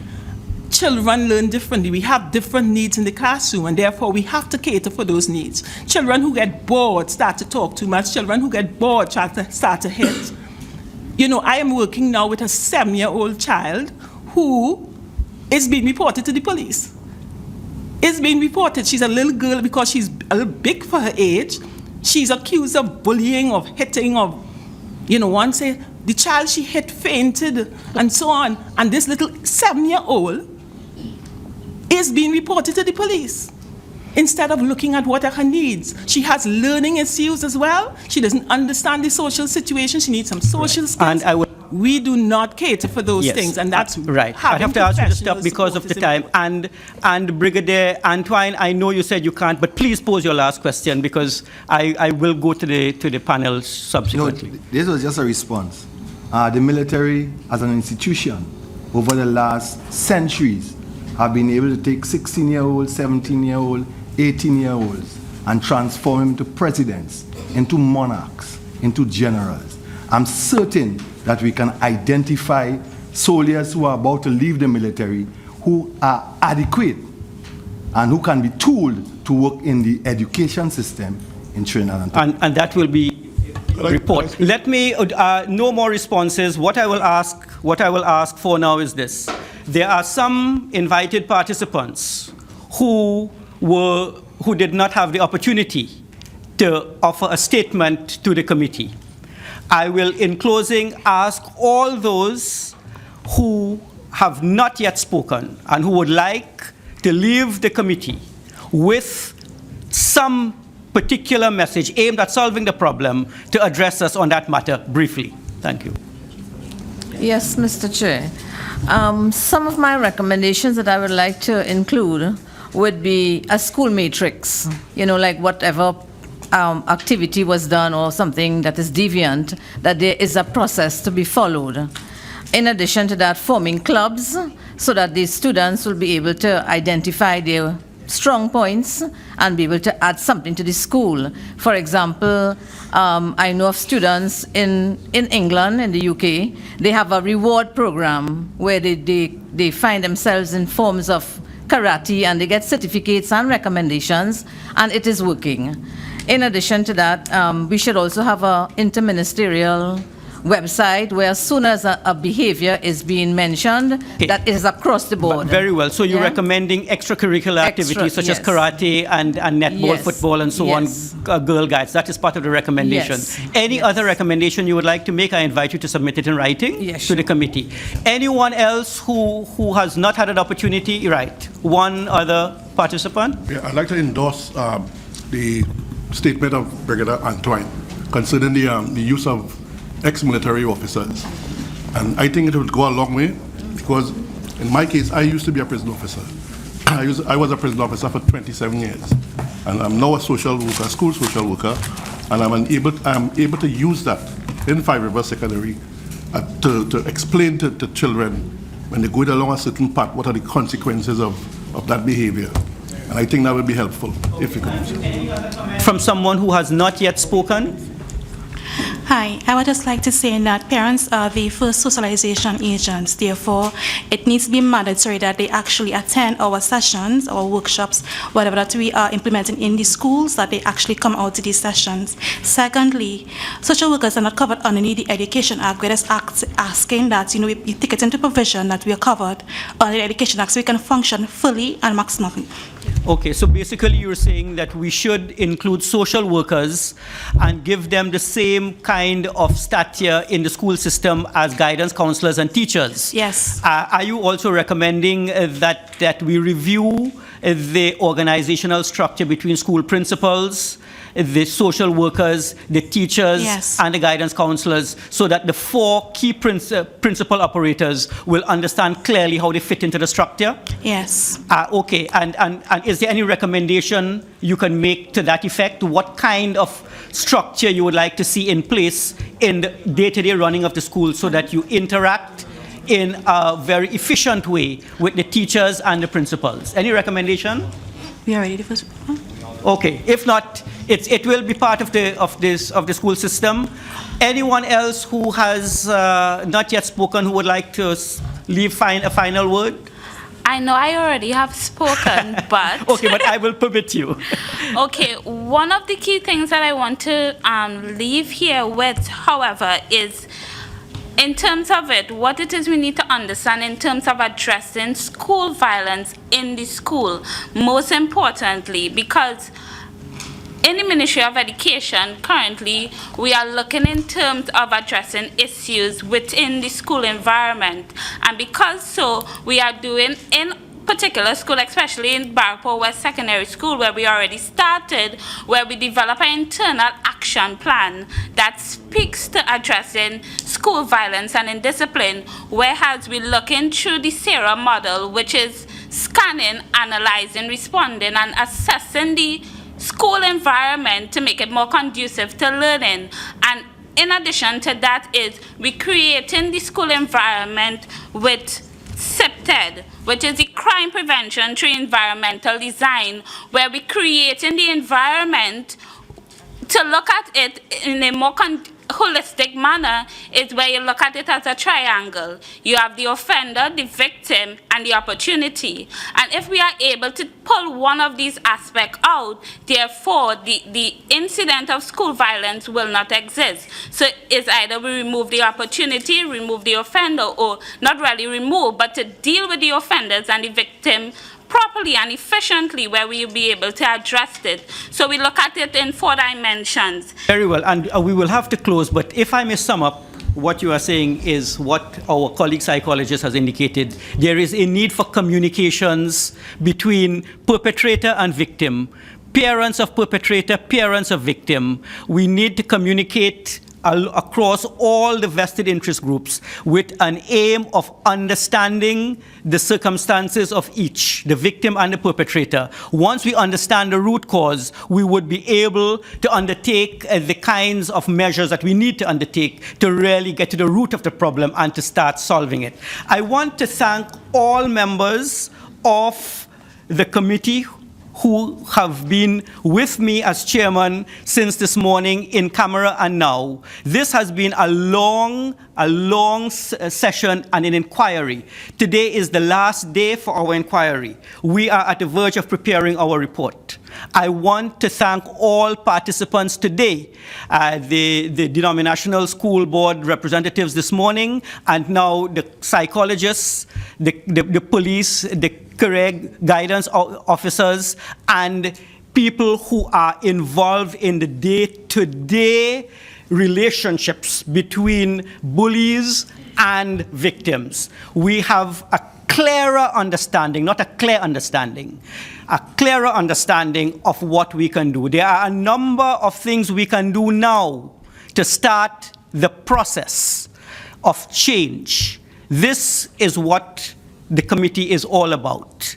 We are going out of your deliberations. You have a number of recommendations which can be concretized and implemented. The participants were passionate. This is a healthy sign to see psychologists disagreeing with each other and with individuals in the chair. The objective of the chair has been to ensure that the proceedings are conducted so that we get to the root of the problem and we are not sidetracked by issues which are not the subject of the inquiry. So I want to thank you for your spirited contribution. I want to thank you for sharing your experiences with us. I want to thank you for the insights you have offered, for the recommendations you have made with respect to school administration and legislative changes. I am sure out of the experience, we are going to start a process where the Parliament, having recognized that this is a problem which needs to be solved, we are in the process of solving it. I want to thank all members of the media for being with us this morning and for covering the story. I want to thank all members of our listening audience and our TV audience for being with us. This particular subject has generated a considerable amount of interest in the national community, and it is my hope as chairman of the committee that we will be making recommendations. One of the accusations leveled against the committee was that we may simply be talking as all of the committees in the past have spoken. This particular subject was analyzed in the 1990s when there was a report on school violence. Very little was done. The assurance I would like to give in my capacity as chairman is that we will see that things will get done in the short term, in the medium term, and in the long term. The objective being the following: a school must be a safe place to study and to play, and children must not be fearful and scared. Children must not feel as they belong to a member of a committee that taxes. They are doing an illegal act. Children must interact so that the billions of dollars we spend and approve in the Parliament for education will result in better citizens for Trinidad and Tobago. Good afternoon. I thank you all.